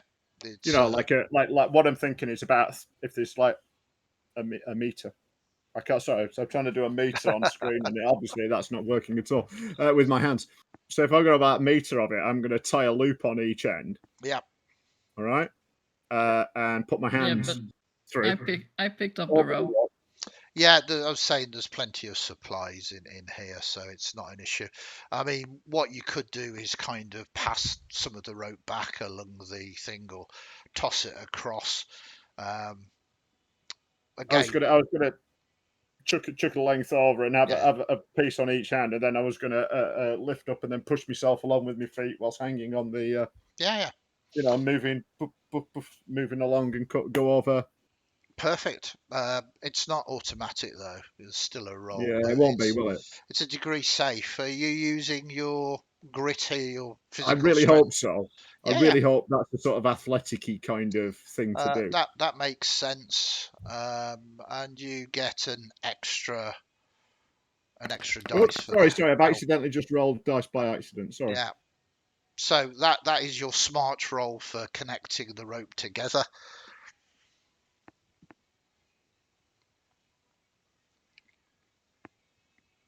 So it's just me straight roll. Yeah? Well, no, you get one additional dice. One additional. Quite a lot of dice to roll. Yeah. Wow. Absolutely no problem there. You finally managed to get yourself across. There's a look point there. Can I? You can bank that if you've got space to Can we bank push the clock back with it? I don't know. Well, no, you can't. Oh, okay.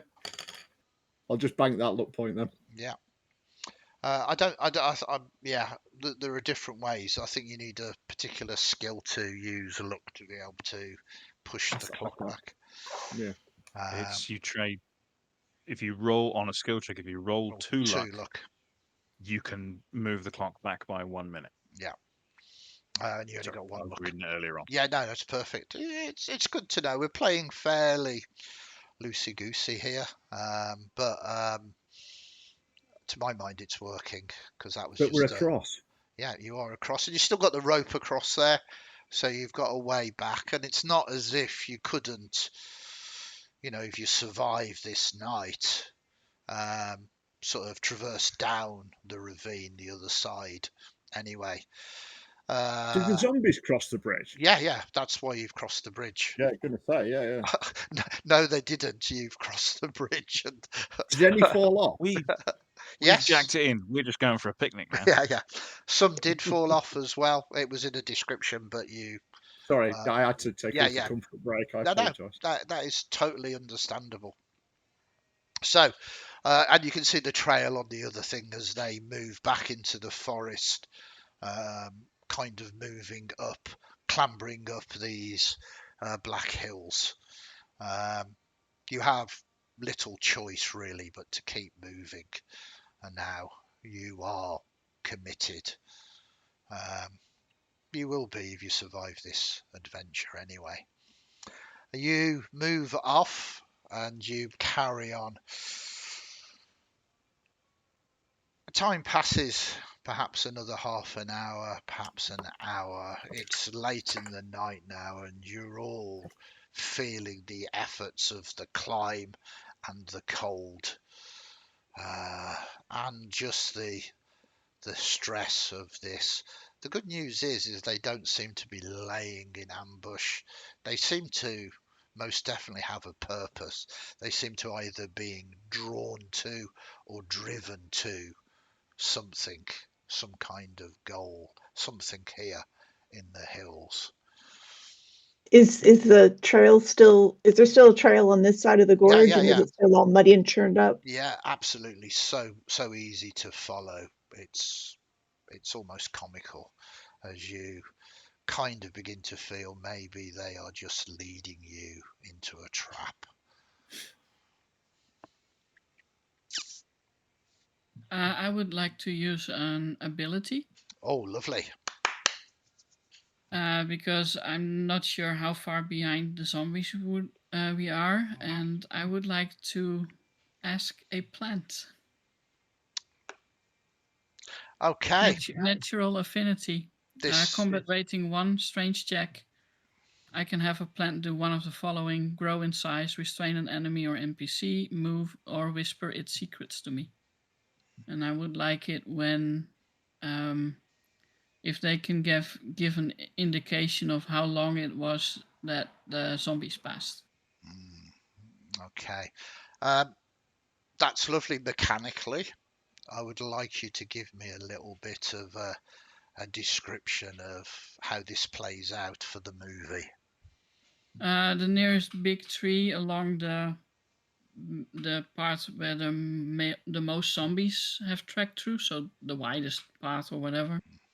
Alice just leans against the tree as if she's tired, but actually puts her ear against the bark of the tree and whispers something that the rest can't hear, and basically, ask it how long ago the zombies passed, and since plants probably won't have much of a concept of time other than the moving of stars, the moving of the moon, the moving of the sun, it would have to be something to do with, I don't know, navigating the sky, the starry night. So you've just talked you out of like this. Trees, they measure time in circles of growth. Sometime in the last 10 years, they moved past, I think. No, but this is a movie, and this is the perfect chance for the writer to address the audience with plot, and this is good. So the whispers that you hear, the creaking of the branches, the rustling of the leaves, that is what, 2 successes? Yep. Yeah, 2 successes. Lovely. The rustling of the leaves, the creaking of the branches, all seem to translate or give you a sign. You kind of hear it as words, but it can't be words, for it has no mouth or vocal cords, but a communication between the two of you, a bonding, a feeling, and you have flashes of vision of 20 plus of these things moving through, and you get an impression they're perhaps only maybe an hour or so ahead of you, if that, from the visions. But there is more. Yeah, you need to click up the doom clock by 2 minutes. That's okay.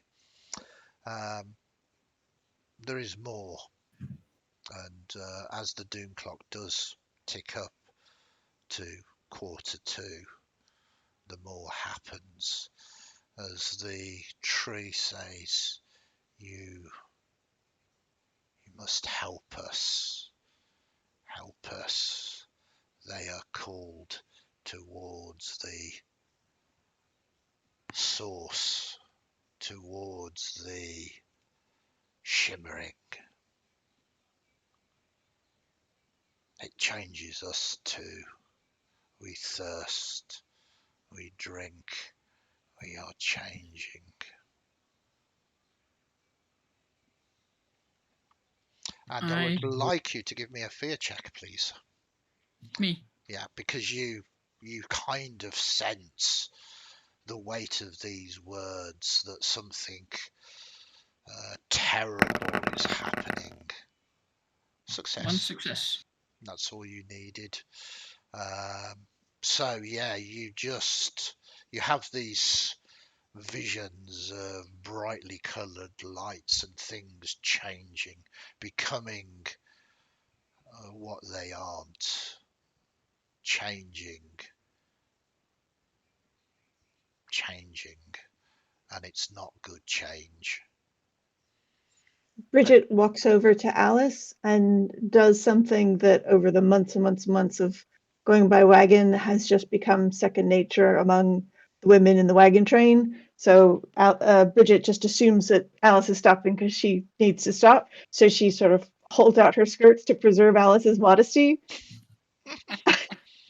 And when Alice isn't like, having a wee, she's going to say, what, why did you stop? Are you okay? Yeah, I'm okay, but we definitely need to hurry up. Well, yeah. So why did you stop then? And I just needed to check something, but now I know for sure. The plants are affected by the red water too. If we don't hurry and stop this thing, the plants themselves will also change. Like the bear. How do you know? I just know. Never mind. Just hurry along and see. Alice starts moving on again. Okay, and Bridget follows. Yeah. Lovely scene. But very quizzically. I love that, Bridget. That was a lovely bit of historical flavour. Okay, you begin to move forward, and about another hour, you're kind of in the terrible part of the night. I don't mean midnight. Everybody says midnight is the witching hour. Everybody really knows that it's kind of round about 3 o'clock in the morning, kind of just when everybody's body clock is saying you should really, really be asleep. At the same time, it's almost beginning to say you should really, really be awake, and you feel the tiredness, the cold getting to you. You're wearing good clothes for this climate, but you begin to feel your core body temperatures beginning to drop, not quite to a dangerous level as yet, but the damp, the wet has soaked through to you now, and your clothes drenched. And then the trail just simply stops, comes to an end, and you find yourself deep in these hills. When I say it ends, not quite. You begin to look at the rocks and you see there's a sinkhole, a sinkhole really, a collapse of sorts, quite tight, dropping down into the very depths of the earth itself. It's not large, perhaps 15 foot across, kind of looks natural, entrance to some kind of maybe cave network, but drops just vertically downwards. Rough rocks, jagged, it's not smooth. Maybe erosion has caused this sinkhole to happen. And yes, that is where they've gone. They seem to all have been drawn into this set of caves. Can we see if their footsteps have dropped at the edge and then they've jumped, or if the footsteps are sort of broken by where a sinkhole had fallen? No, With it them seems on it. very much like they've clambered over the edge and climbed down in their mindless way. And this makes little sense as well. They are actively going down here.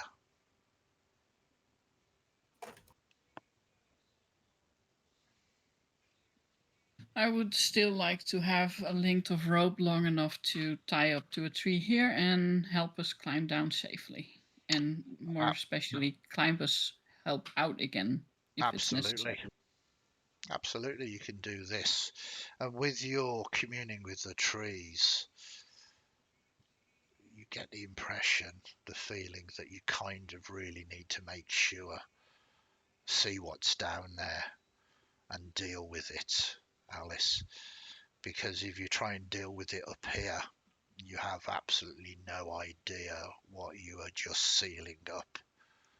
Yeah, just dumping down the dynamite and then the whiskey and then a torch or a lantern down. That's a light. That's not going to work. We need to make sure that there's no other exits.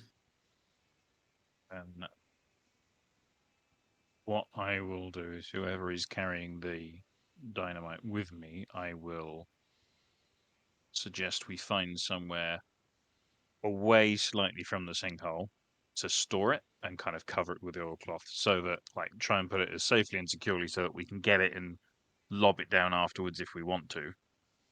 But I don't want to leave it on the edge in case it falls or just goes where it is and then collapses the sinkhole on top of us. So I'd kind of move it away from and just store it because we aren't Pop going to it under a get it down tree kind safely. of thing. Yeah. And Bridget, would have definitely given it back to you, Henry. Or her half of it. Thank you.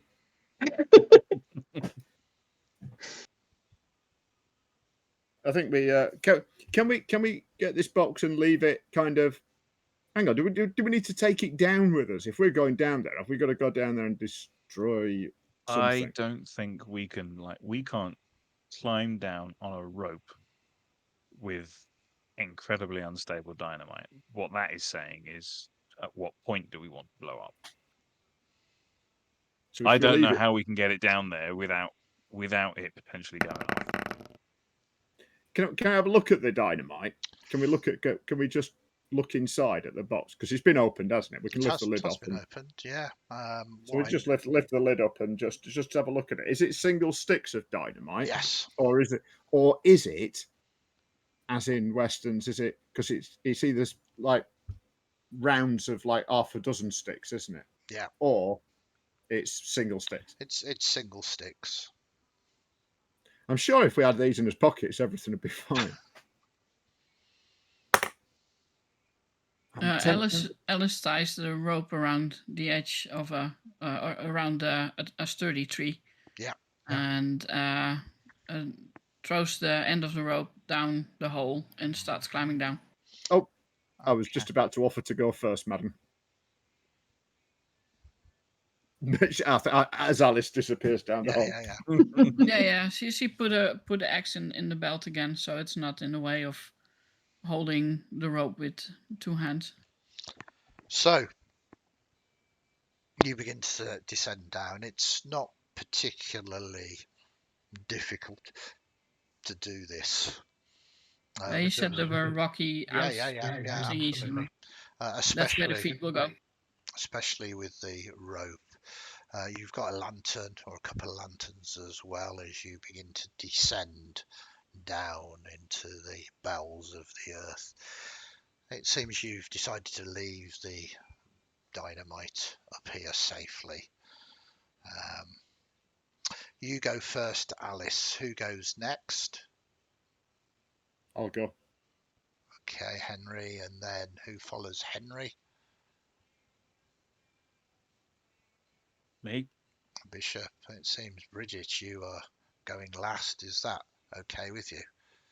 It is intentional because Bridget can't understand why the dynamite is safe and sound and the bad guys are down in the caves, and she's got big skirts. So she's actually going to put a stick or two of dynamite in her skirts, thinking that, they'll be nice and thick and padded, and she's not going to hit them on the way down. If something was in your pocket and you fell, you would snap it in half. But if it's just in a flowing skirt and she's crawling down, she's got a much better chance of it staying useful. Okay, interesting. You quite clearly have no idea how dynamite works, especially that is true. Sweating dynamite. I love the fact that you think you have to snap it in half like a glow stick for it to function. Any sort of damage, but that was an example. No, it's beautiful. It's beautiful. I was going to say I'm going to make a note. I don't need to make a note. I can remember this quite clearly. But this is difficult. As you remember, I asked Bishop to make a test when he opened up this. I'm going to ask you to do the same thing, and this is going to be, I believe, a wits test for sleight of hand. One assumes with everybody being very cautious around this, you are at least going to take some kind of caution. Oh goodness, yes. I'm not bringing the whole thing. It's just like one or two that I can find, good pockets for on the side, so that I can go down facing the rock. Okay. And the sides won't hit. So, So Yeah, we're everybody else is just waiting for the explosion, basically. Yeah, but they don't know I'm doing it because I'm going last. no. I think out of character, they're waiting for the explosion. They are outside the blast radius, so they're actually quite happy. It I depends. do have Yeah, you do have a hands up. bulletproof vest, Yeah, but that resists ranged weapon attacks. So never mind. these are not bullets. These are sticks of dynamite. If you've got a dynamite-proof vest, it might. No, there we go. You got 2 wits there. It looks like 2 wits to me. Yes, Um, and 4 stranges. yeah. So you begin to, 1 or 2, quite cautiously, and yeah, they're wet. Kind of makes you wonder. Wait there, if these are wet, they've got to be safer than if they're dry. Because surely you do this, and because you think these are wet, and you rolled 4 strange, and you've done it so easily, you start stuffing several more into your pockets. Don't fall. Okay. So yeah, you're locked and loaded with sticks of sweating dynamite. It's shock that sets it off. Yeah. It's any. Yeah, I just checked I know. what sweating dynamite actually. I had a suspicion, but now I know what it actually is. I'm Dynamite's very. a relatively safe form of nitroglycerin, but Yeah. nitroglycerin is bonkers. Yeah, and you've just Absolutely not. stuffed a load in your pockets because it's got to be safer when it's wet, surely.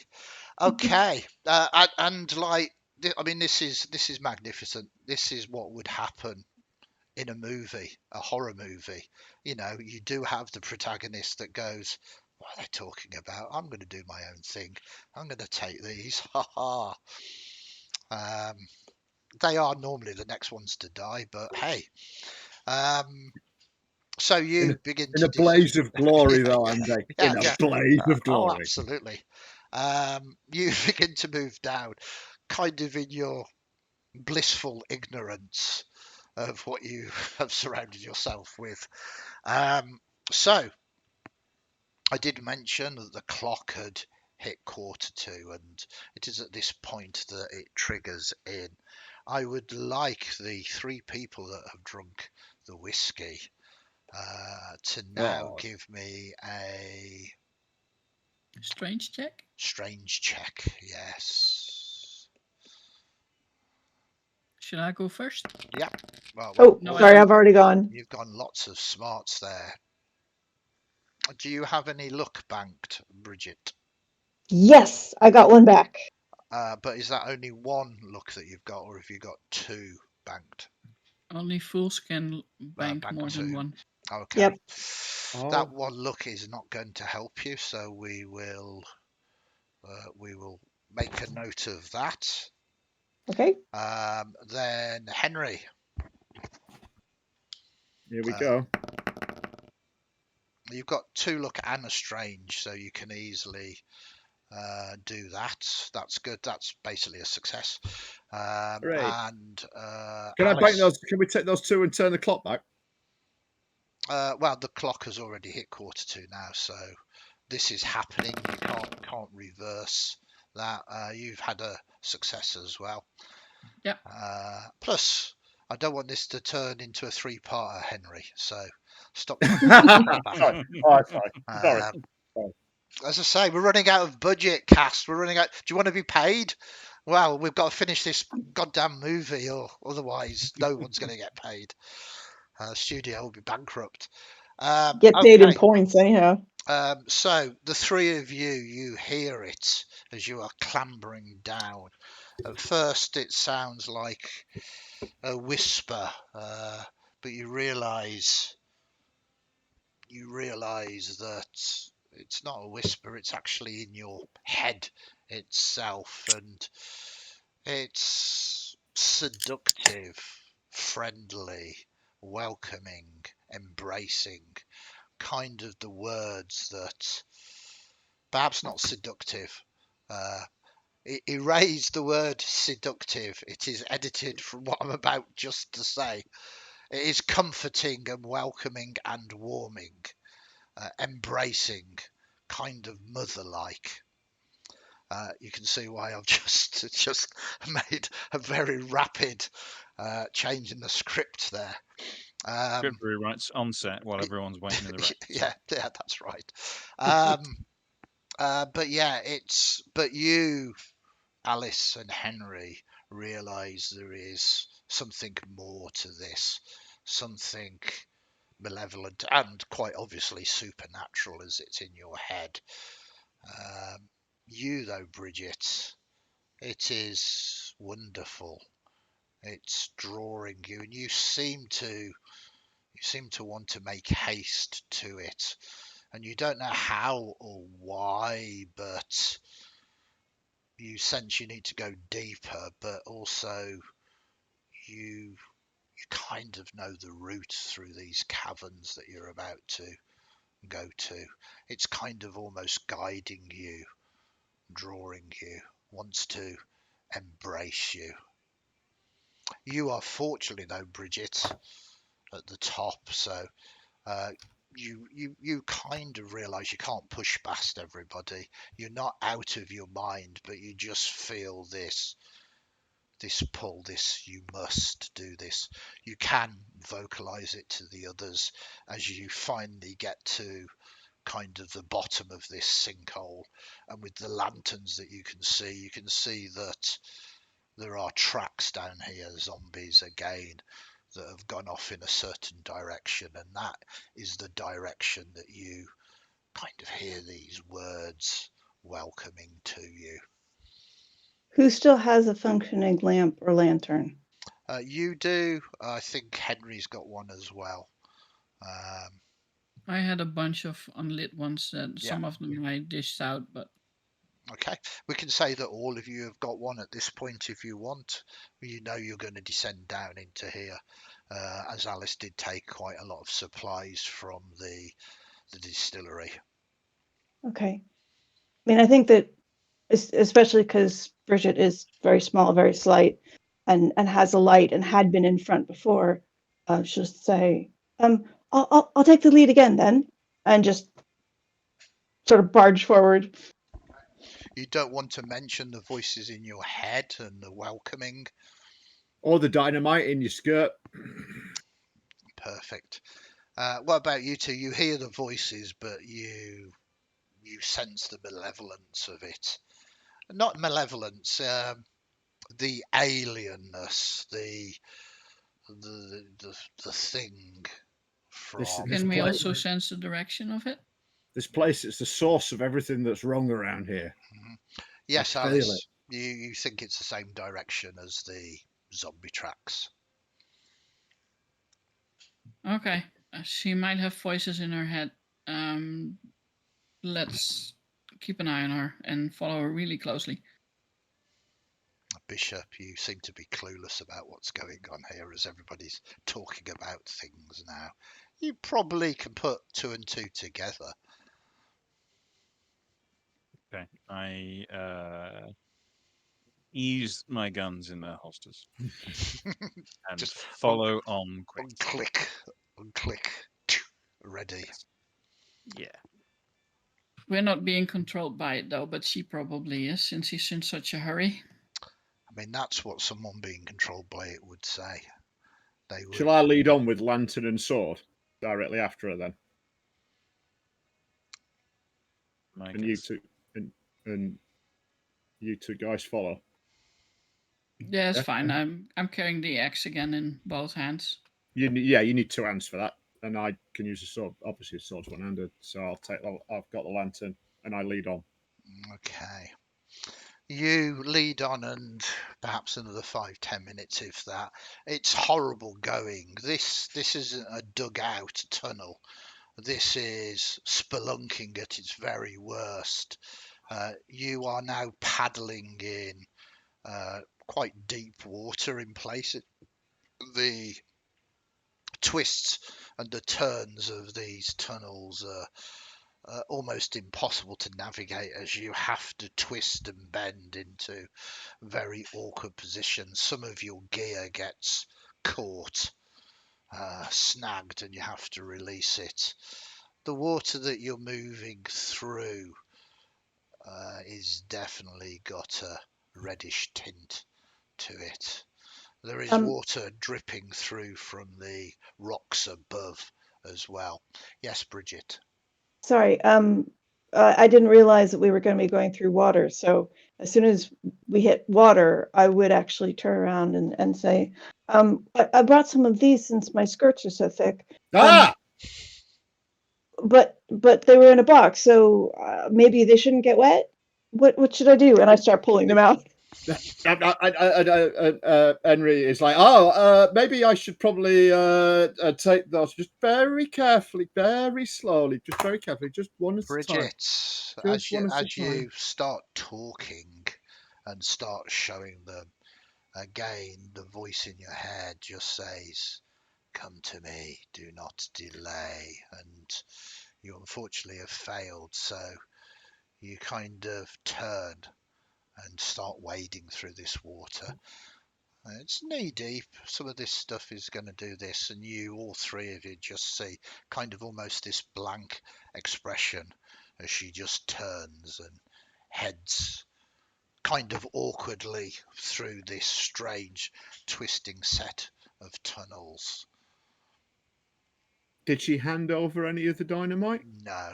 It's when not at all. No, it's when you stopped right moving forward. Suddenly the compulsion for you to carry on coming took over you.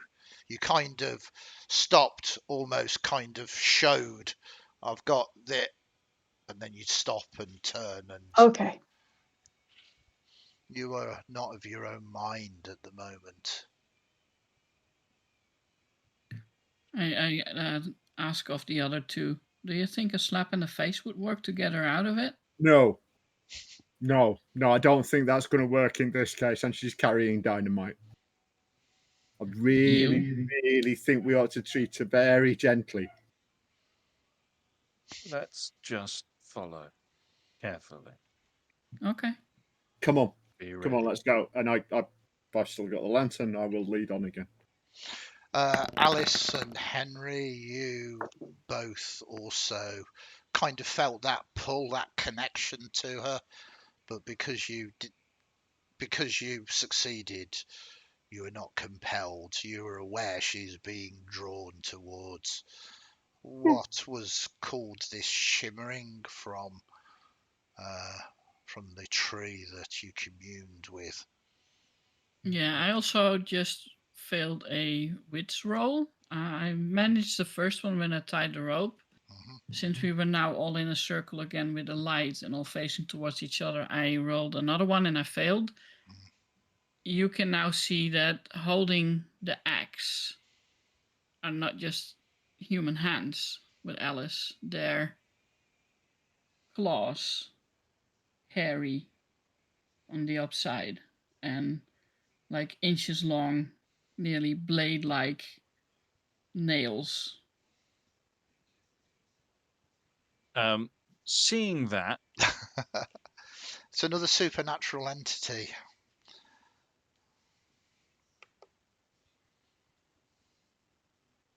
Well, there's that. So I have a thing that I think I would probably do, but should I do another fear check first? I would love to have your input with what this scene is going to happen. So please, you tell me.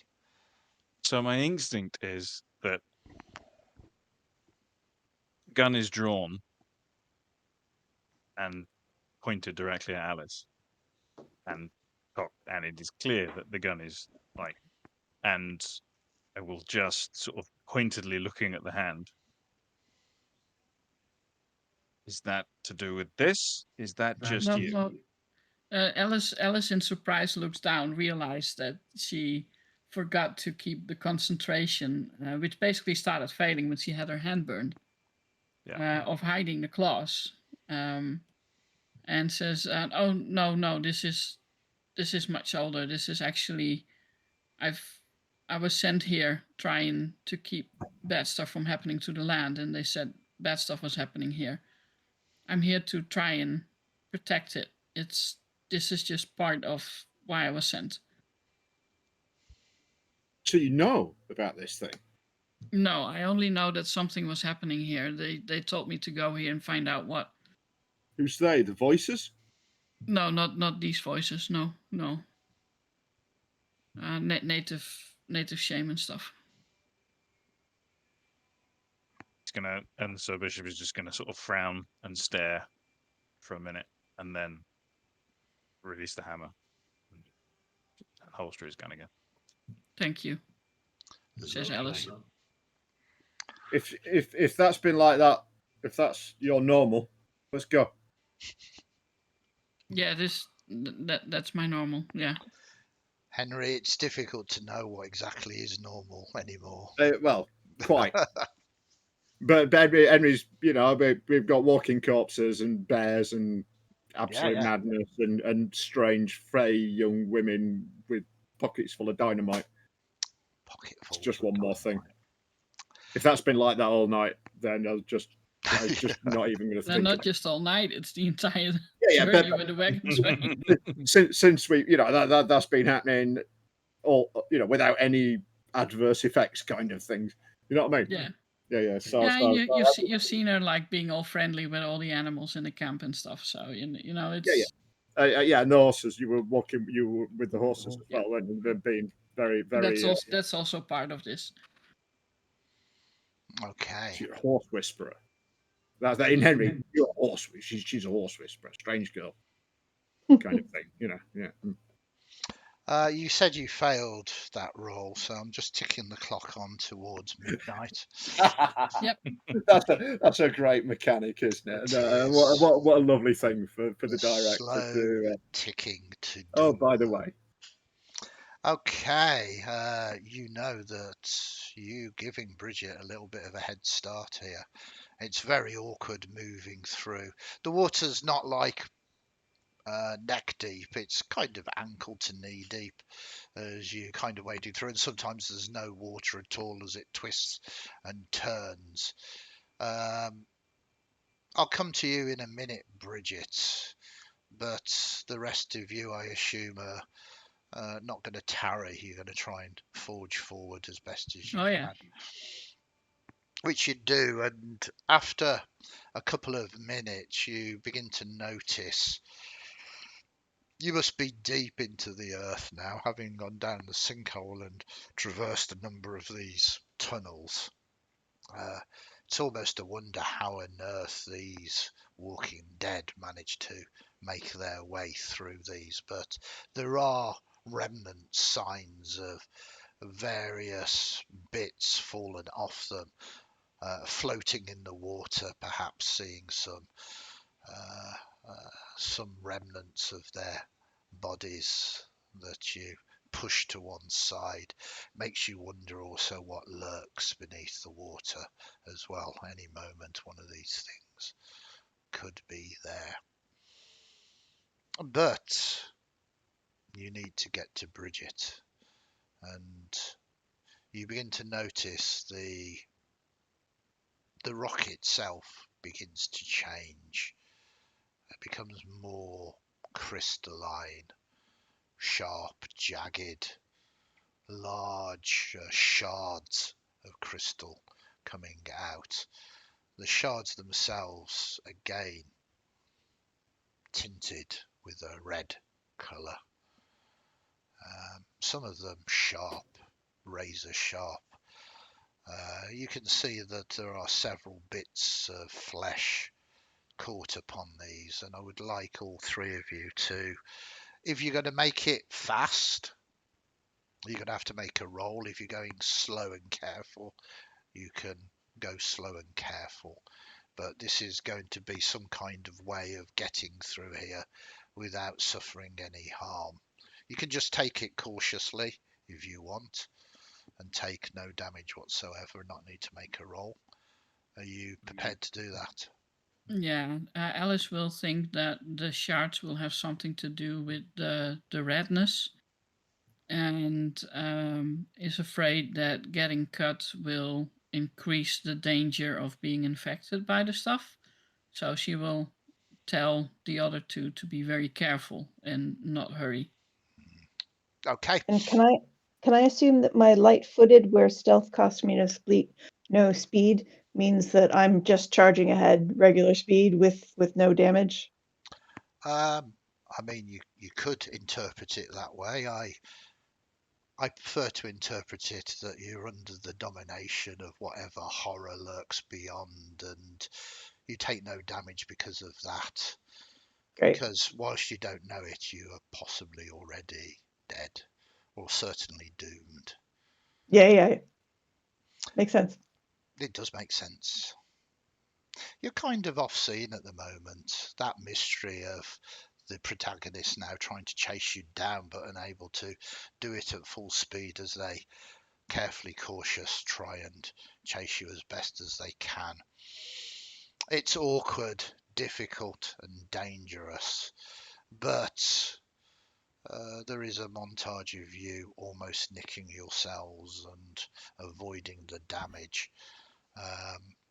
Eventually, though, the tunnel begins to widen out, widening out to the largest chamber that you've seen yet. Kind of vast, almost as if you are in a geode of sorts. Crystalline shards all around, hanging down, rising from the floor. Some of them standing 5-10 feet like monoliths, all glinting in your lantern light.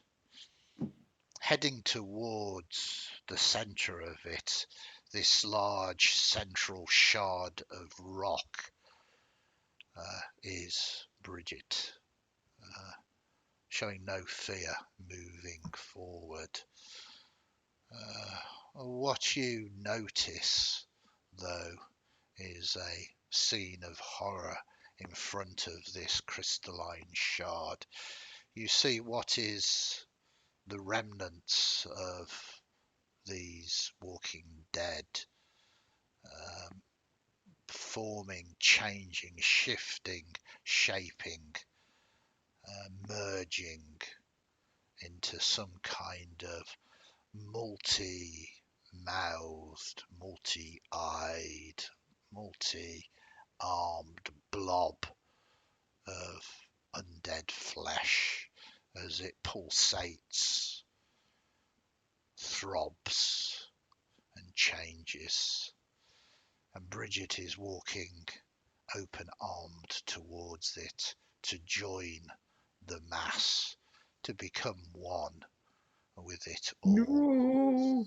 No. Bridget, the good news is you don't need to make a terror roll. The other three of you, seeing this horror beyond horrors, have to make a terror roll. So this, oh, someone's just done it. One success. One success. That is unfortunate. You needed 2 successes.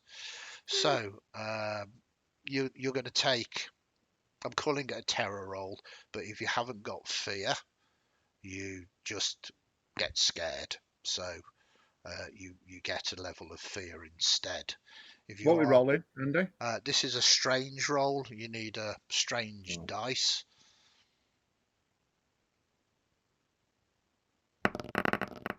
Yep, you've got a strange on that, but you needed Woot. 2.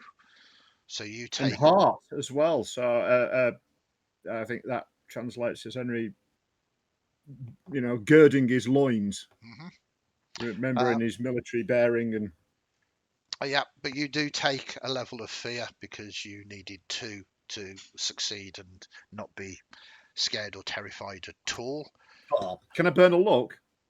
No, you needed 2 luck. Yeah, because you need 2, don't you? Yeah. On the roll. And Bishop, strange roll for you, please. So is this -1 because I'm already afraid? We'll say yes, because this is entering the end game now. Great. You got one, Lovely. which is going Yeah. to move you It's to no good though, is it? terrified. But you've also got a grit, so I like to think that whilst you are terrified, you want to stand and fight rather than flee. Kind of like the worst possible decision, but congratulations. So this is how we open up this scene. You are being drawn to the mass, Bridget, and I'm going to give you a choice here, as this is a horror-based game. You can keep your dominated form. You are seeing at the moment this beautiful shimmering light over this mass of flesh that is welcoming you to join it, to become one with it. So you can try and resist and roll to resist, or you can just join it. It will mean the end of your character.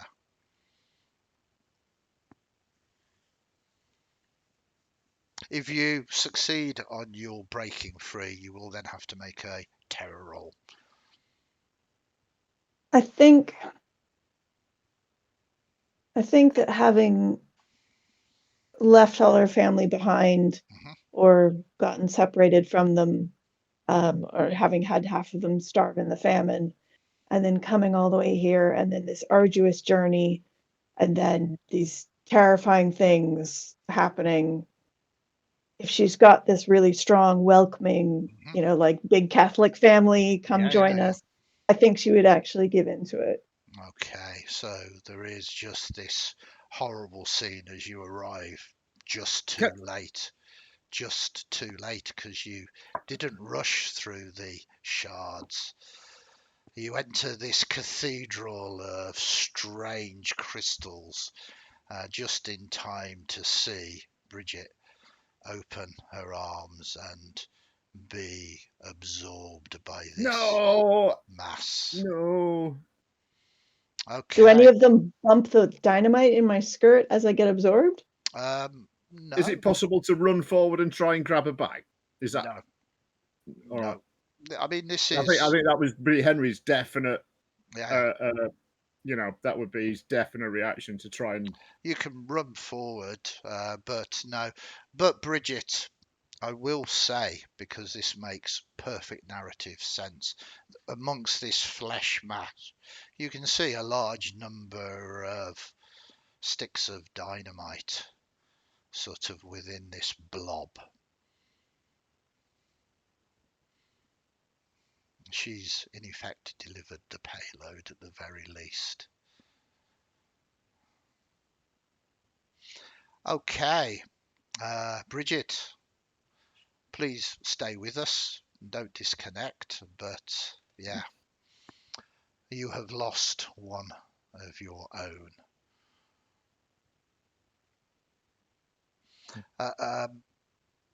This thing is calling out to you, Alice and Henry. You feel a pull. You kind of feel the liquid that is within your body kind of reacting to it, kind of resonating with you, and you kind of resist it. You've kind of seen it for what it truly is.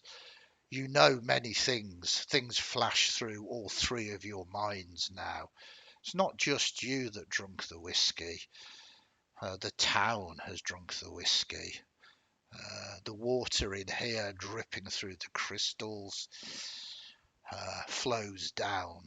It's what gives the red colour to Bloodcreek. The water is simply rising and will continue to rise.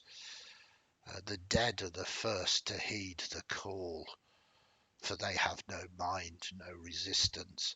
Very soon the living will heed the call as well. What do you wish to do? Bridget would like to drop the axe, pull her guns, and start firing at the blob, hoping to hit the dynamite. Okay, so we're not going to ask for any rolls at the moment, but that is your action. Henry, How far away are we from this thing? It's within firing range. You can certainly charge forward and use your saber at it. Are you not entirely sure? It's a bit like charging a Shoggoth with a. Yeah. I'm gonna put the sword away. I've got the lantern, and that's the only source of light, isn't it? Probably now Bridget has probably carried a light, and as Bridget got absorbed, the lantern just kind of got extinguished as well. Oh, it went. You've got a light as well. I've got a light. Yeah. Right, yeah. Okay. So there's only one lantern left, is what. We'll say there's one lit lantern. I carry more. So what You got action? Another? In that case, I'm going to throw the lantern at it. Okay. If you've got more, more. Alice's lantern is not lit.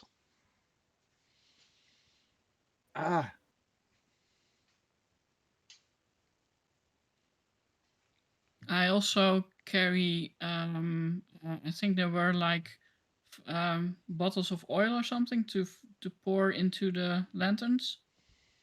I think that was also in the absolutely. in the brewery. Throwing a lantern's a classic Western trope. We throw the lantern at it, and then we shoot the lantern to get it burning. It's easier with the bottle of lantern fluid. Well, you throw that then. I'll come back then. I'll step back and pull a pistol out and start shooting at it. You can throw the lantern if you want. That is not a problem. Yeah, but it's only source of light. Yeah, maybe you'll set it alight and you'll have a large burning lump of flesh that is aflame. And are you thinking truly clearly at the moment? Well, no, I think that's it. I think you'd throw the lantern at it and try and smash it and burn it. And also, what's going to look super cool in the movie? Yeah, throw the lantern at it and shoot the lantern. Okay. Bishop, what is your intentions? I'm going to, just fire both guns repeatedly into it. Possibly one at like the large crystal, because you said it was kind of in front of a very large central sort of crystal. Probably one at that to see if that does anything, but mainly the large, terrifying, sweaty mass. Okay. In the center of the space that's just absorbed our friend.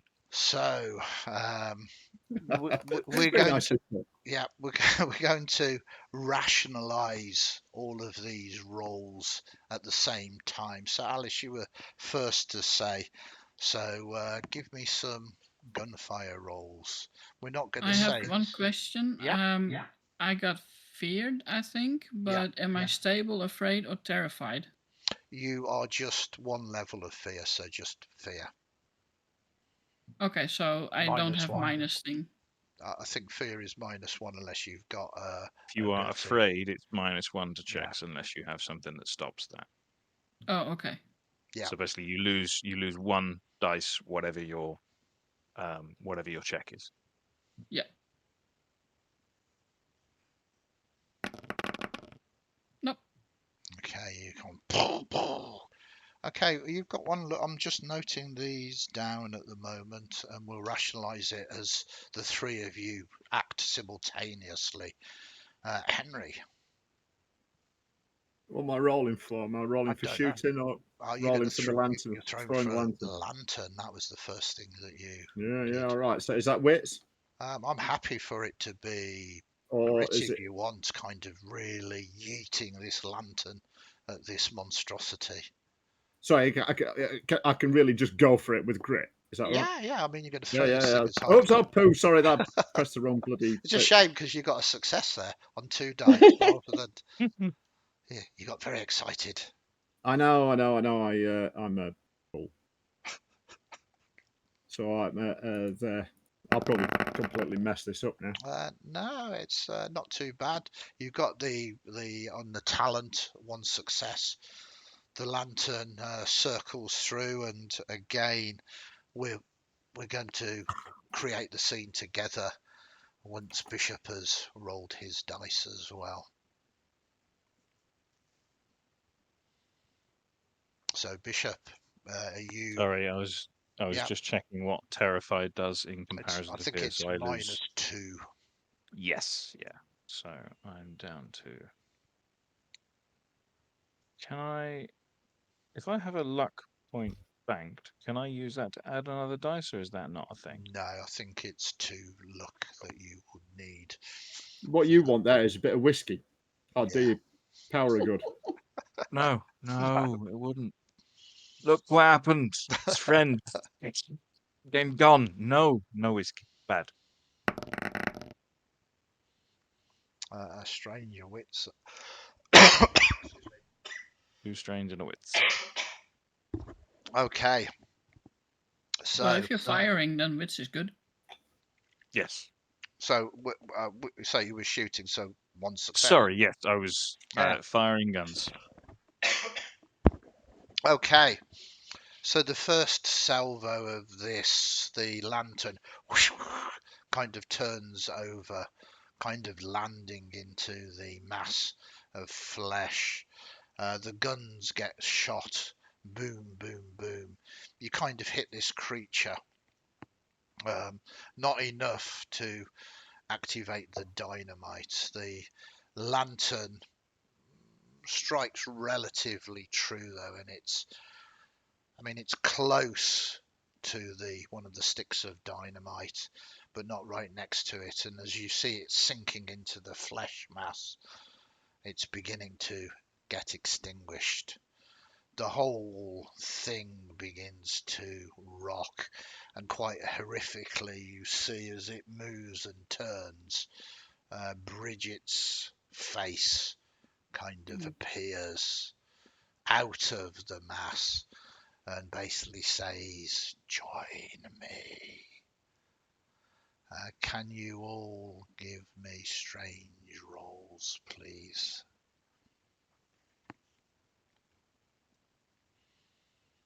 One at a time. So that is Alice. Yeah, 3 successes. You resist the domination. Henry, Oh. you resist the domination. Oof. And Bishop. Oh. Yeah, you haven't got the water in you. You're okay.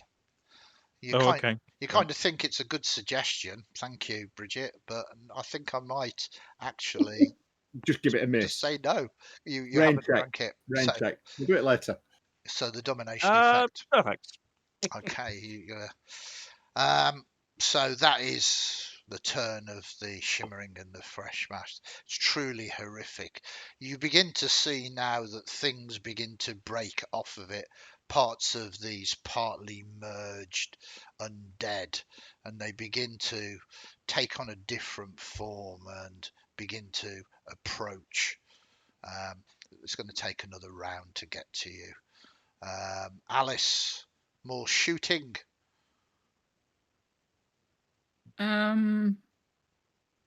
Shoot the lantern. Shoot the lantern. No. Alice will actually charge forward and smash the axe in the lantern. Okay. Oh, you fighter. Okay, give us a roll. This will be grits, I believe. But what I'm going to say is, I like this. I like this. I'm going to say with Bridget's sacrifice, albeit, well, the character made the conscious decision. You can have 1 extra dice on this. 1 success. Perfect. So, how do you wish this to play out as the fire sparks again and catches the very unstable dynamite? Basically, once he's next to the heap, swinging the axe on one side of her body while also immediately dodging away and rolling over and then going flat with hands over her head, hoping that the explosion will go over her and not through her. I mean, if this was one kind of movie, that would happen. but this is not that kind of movie, as we're about to find out. Causes one explosion, causes another explosion, and all of the dynamite that has been here, a consistent amount because you really did fill your dress full of them, begins to cause a chain reaction. But we hold the actual true explosion for one moment till we see what Henry and Bishop are about to do. Henry, what is your action? It's like Alice runs forward with the axe. I think I dive for cover. Okay. Dive for cover. Bishop. If there's anywhere to dive for cover. I mean, there's really nice, sharpened, sort of crystalline, blood-tainted rocks. Well, dive to the floor then. Yep. Okay.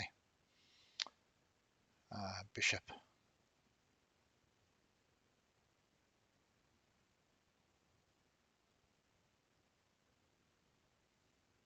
Can I either try and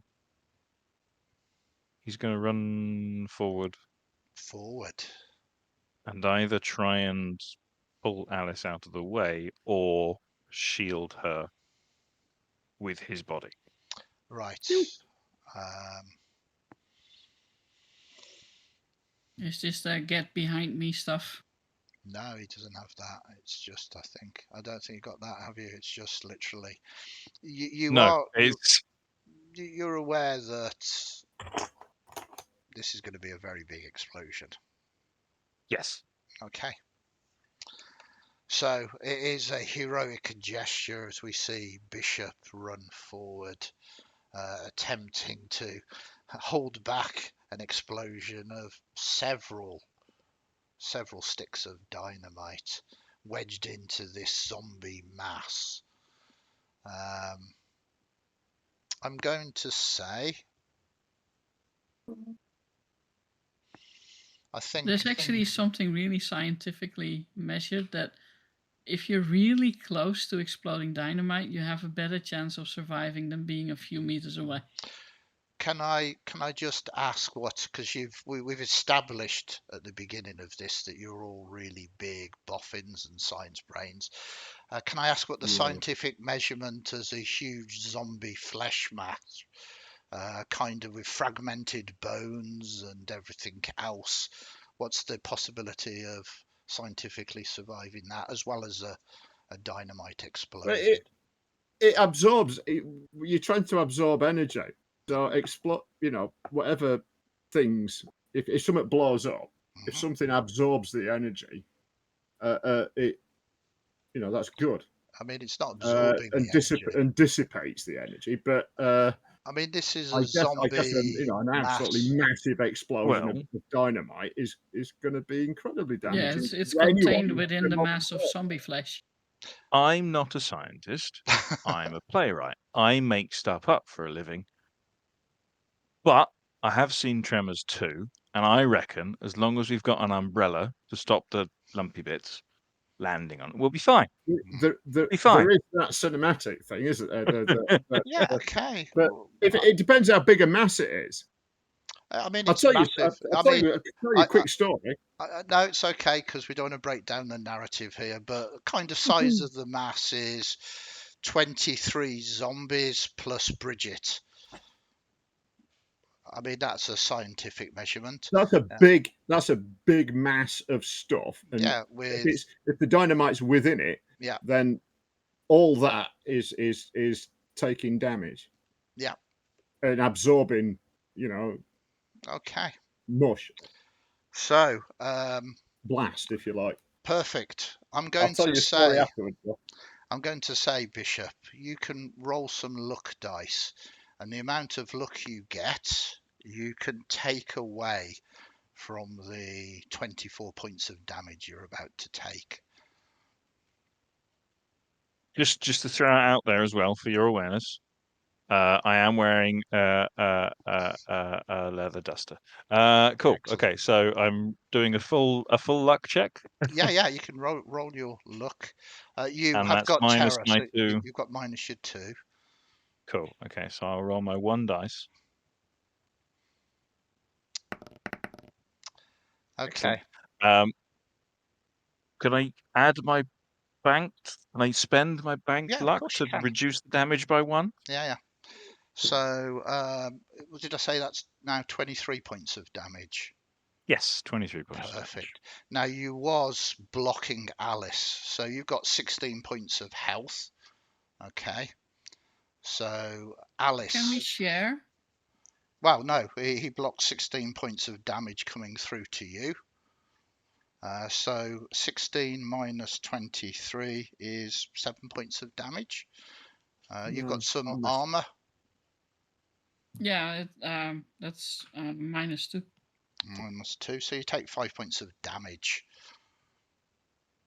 Very nice. Unfortunately, the shockwave of the explosion in this cavern causes the entire cavern to begin to shake, and shards of this crystal begin to fall upon the rest of you. Alice, you are wounded now, yes? How badly? Yeah, I'm limping. Limping, okay. You're not sure you're going to be able to make it out of here. The whole thing is collapsing around you. What would you like to do? The zombie flesh mash is destroyed. The crystal obelisk, though, is still standing. The threat to the trees, to the land, is still there. My first idea was to grab Bishop's arm, and probably only his arm, by the damage that he took, and try to get him out of the cave. But when I see the obelisk still standing, I look around for the axe, see if I can find it. If I can't find the axe, I will pull out my revolvers and start firing at the crystal. The whole cavern sort of shakes. Shards of this come down, and you begin to, this is a last stand. If you don't destroy this, the land will never heal. And you see this. Henry, you are kind of lying on the floor here. You've just seen poor Bishop kind of get ripped apart by zombie bones and explosion in a sacrifice to save Alice. Yep. As an Englishman, how does it feel that you just cowered on the floor? Not good. I had Dutch courage. Yes, you did. I'm gonna run. Well, no, I'm gonna scramble forwards. Yeah. Is Alice shooting at this shard? Yeah. Do you join in with that? Do you give any kind of message, Alice? And do you say anything as you are trying to? I was so close to the explosion, I can't even hear my own gunshots going off. Yeah, but this is a movie. Do you have any cool one-liners or anything else you want to say? Or you can stoically just single-mindedly be trying to destroy this crystal. Yeah, it's basically that die, you piece of shit, and leave the land alone. So you hear that, Henry. Of course, that is kind of muted with the sounds of the crashing crystals and the explosion. But so both of you are just going to open up. Yeah, blazing away, both pistols. Okay. Yeah, one at a time. Bang. Yeah. Okay. Can you both roll me wits? This thing isn't moving, so I'm going to give you 2 extra dice. Does does limping or being wounded add minus dice, or detract from dice? I'm going to say no in this instance because you're running on adrenaline now. This is the end scene of the movie. That is just too strange. Okay. Was that your roll, Henry?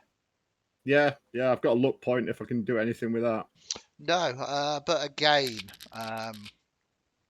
2 luck points and nothing. So can I change those 2 luck points into a wit? Yep, I'm more than happy to do that. So you realise this is this is pointless. You're just trying to shoot this and the bullets are just reflecting off the surface. This cavern is unstable. It is crumbling down. 2 failures. The clock hits midnight. You don't get so much impaled by the falling crystals, but the only exit to this cavern collapses in, sealing you into here. You check your bullets. You only have a number of shots left. Enough, you think, if you both concentrate to destroy this crystal, leaving only 1 bullet left for each of you.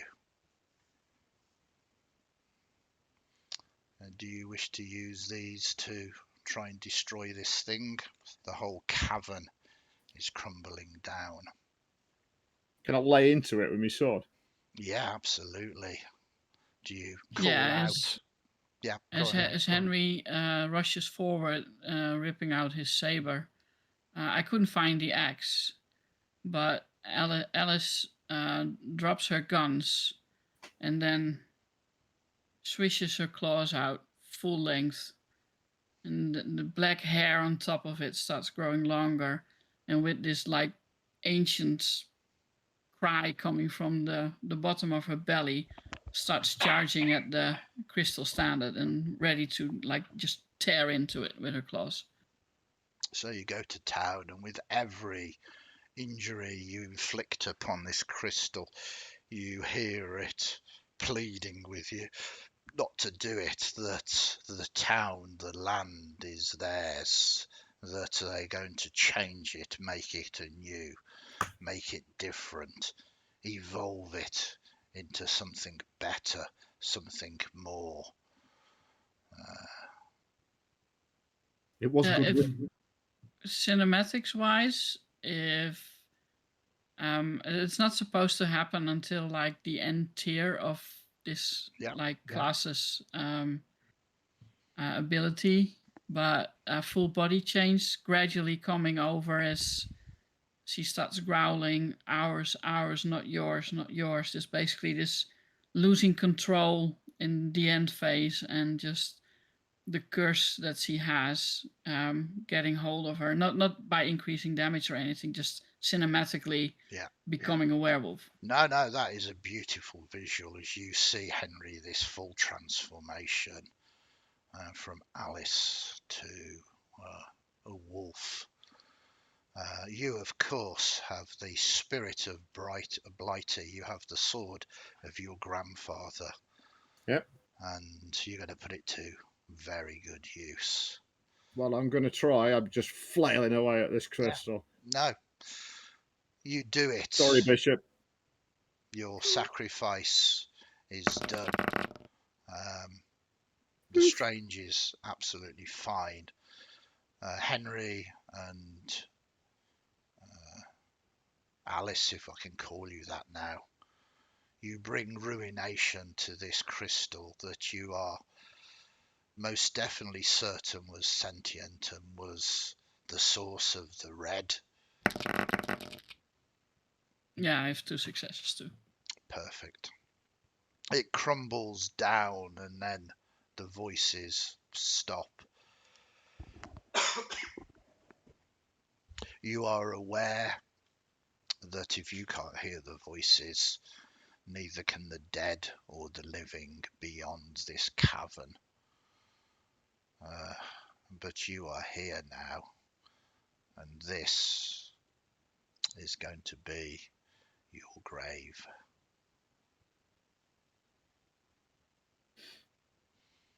I hug Henry with his big hairy arms, standing on top of this pile of shattered red crystal as the world collapses around us. You ain't got a bottle of whiskey, have you? And I think the end is where you just go, just one. Exactly. And It's the just what- title should be Save a Shot for Me rather than Save a Bullet for Me, Nice. as we roll the credits. Perhaps you haven't survived, but Bloodcreek will continue to thrive and grow. Well done. Well done. Oof. That is Oh, it. dear. An end. Grisly and grim, but it is horror. And you are successful. You have saved Bloodcreek 5,000 lives. Well done, everybody. Well done. I will take a moment and we will reflect upon the second part of this. Any moments that you enjoyed particularly? Any standout moments? Any bits that you weren't particularly keen with? Bishop. Class. I should have done that, and I just completely forgot about the get behind me thing.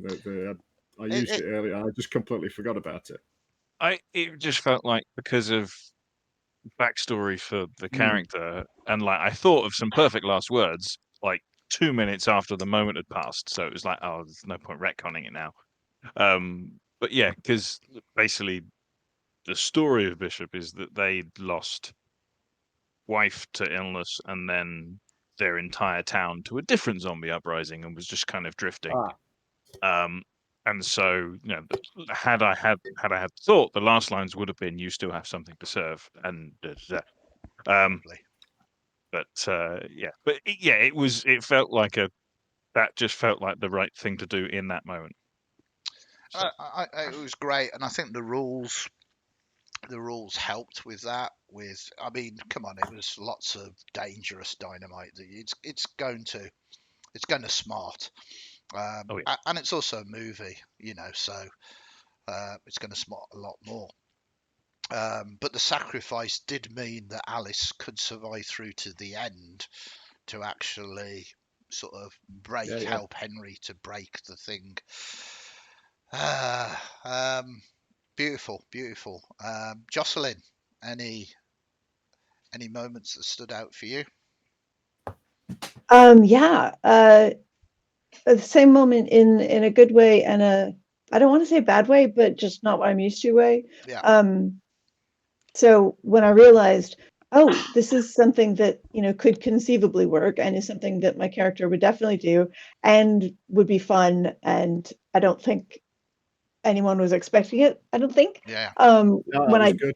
When I decided to bring some of the dynamite with me, and then you said, Andy, that I had brought a lot. I was thinking, well, she wouldn't have brought a lot. She really only would have brought one or two. And so it's just that different style of play where it's like, oh, no, actually, I get to get overridden. Okay.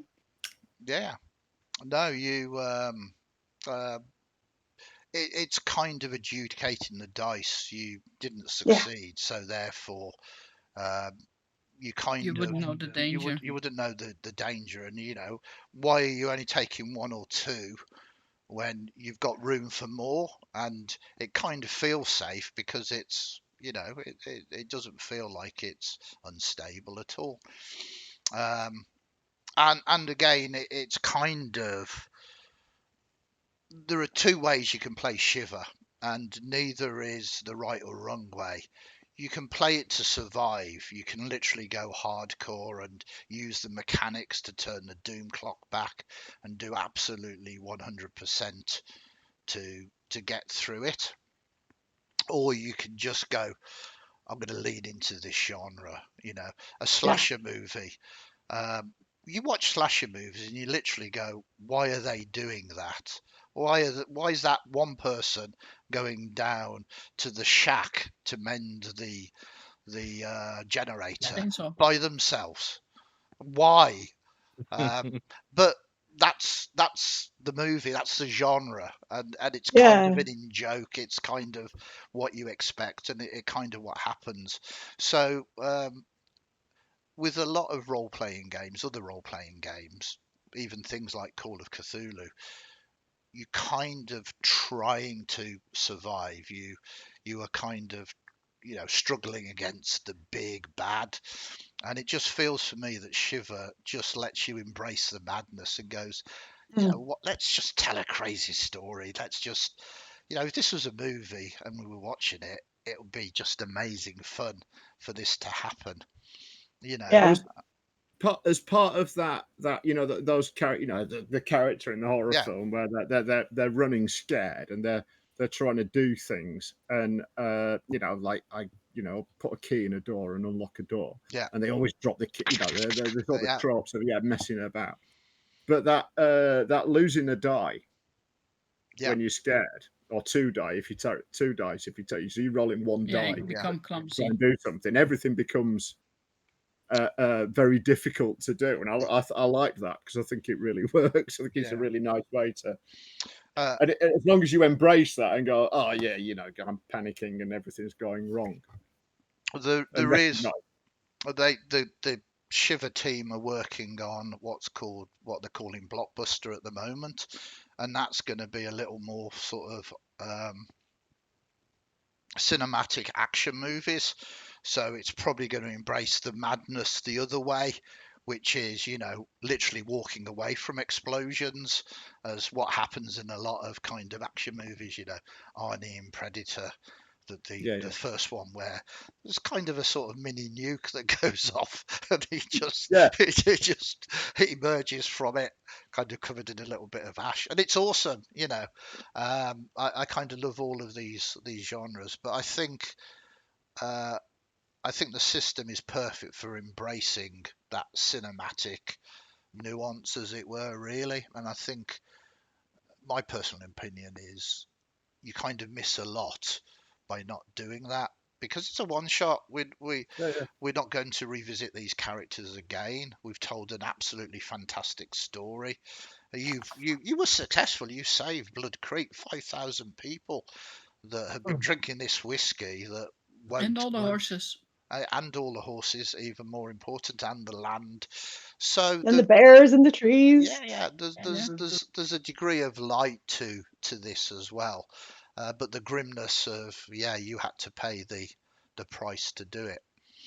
Another thing too is in Dungeons and Dragons, when you get to those really grim moments when wow, my character would actually do this thing that is going to get me into death saves, and so you really don't want to do it. And this is just so much more set up for that. So it's almost like taking those little sections of D&D and just compacting them and intensifying them. That's kind of cool too. I know, absolutely. I don't know, Natascha, anything else to add? I loved your Evil Dead reference with the cabin and the rocking chair hanging and banging against the cabin. Had to be done. If you look back in the stream and to that point, you will see this humongous smile appear on my face. I mean, it's again an amazing movie. Evil Dead, and especially Evil Dead 2 as well, which is kind of the one that came sort of, I'm going to say the obvious here, after the Evil Dead, it being Evil Dead 2, but it's late, I'm tired, I've been working all day. Matt, anything you want to comment on? No, I think it's everyone's made really nice points and highlighted really nice moments. And I think the subtle nod to the Thing at the end was quite nice. With that, the two of you just sitting there, sat drinking, not knowing what's going to happen next. Sitting in a cave at the end of the world, drinking a bottle of whiskey with a werewolf. And thank you, guys. If you're gonna go, why not go that way? Absolutely, and I think me and Matt, we're going to write this up, aren't we, as a thing? So, thank you for the being inspired to change the title, because I think we will change the title. Save a shot for me, because it works both ways. It does, and the thing is it is all about the whiskey. It is all about the water and everything else as well. So, thank you very much for inspiring us with that little bit of thing. And it shows that play testing is is really important as well. Even if you've kind of worked it out in your head, there's always just kind of little tweaks and changes that you can do to make it better. I'm not entirely sure what we're going to do in 2 weeks' time. We are going to do a Shiver Sunday. We are going to do horror rather than embrace the sort of blockbuster aspect. But I need to have a think. We've done Wild West now, Weird Wild West, so I don't know. Let me have a think. We've done a train. Yeah, we've done Horror Express, or Terror Train as we called it as well, which was good. Well, it's one of my favourite movies, as you know. But we get ever closer to Halloween, so it'll be the 22nd of October. So we better do something really scary. Really scary. I'm having a think. I'm having thoughts already. Anyway, thank you to everybody for hanging out with us. If you've stayed to this last few moments, I hope you genuinely enjoyed the tale and the sacrifice. And if you have, please give us a like and a subscribe. I do this right at the end so that no one ever gets to this point, but it's always worth asking. And thank you very much for watching, and thank you to our magnificent cast crew for going through that hopefully wonderfully horrific experience. It is late, so I'm going to say a quick good night. Thank you very much, everybody. Take care. Catch you on the next one. Good night. Night. Hey guys.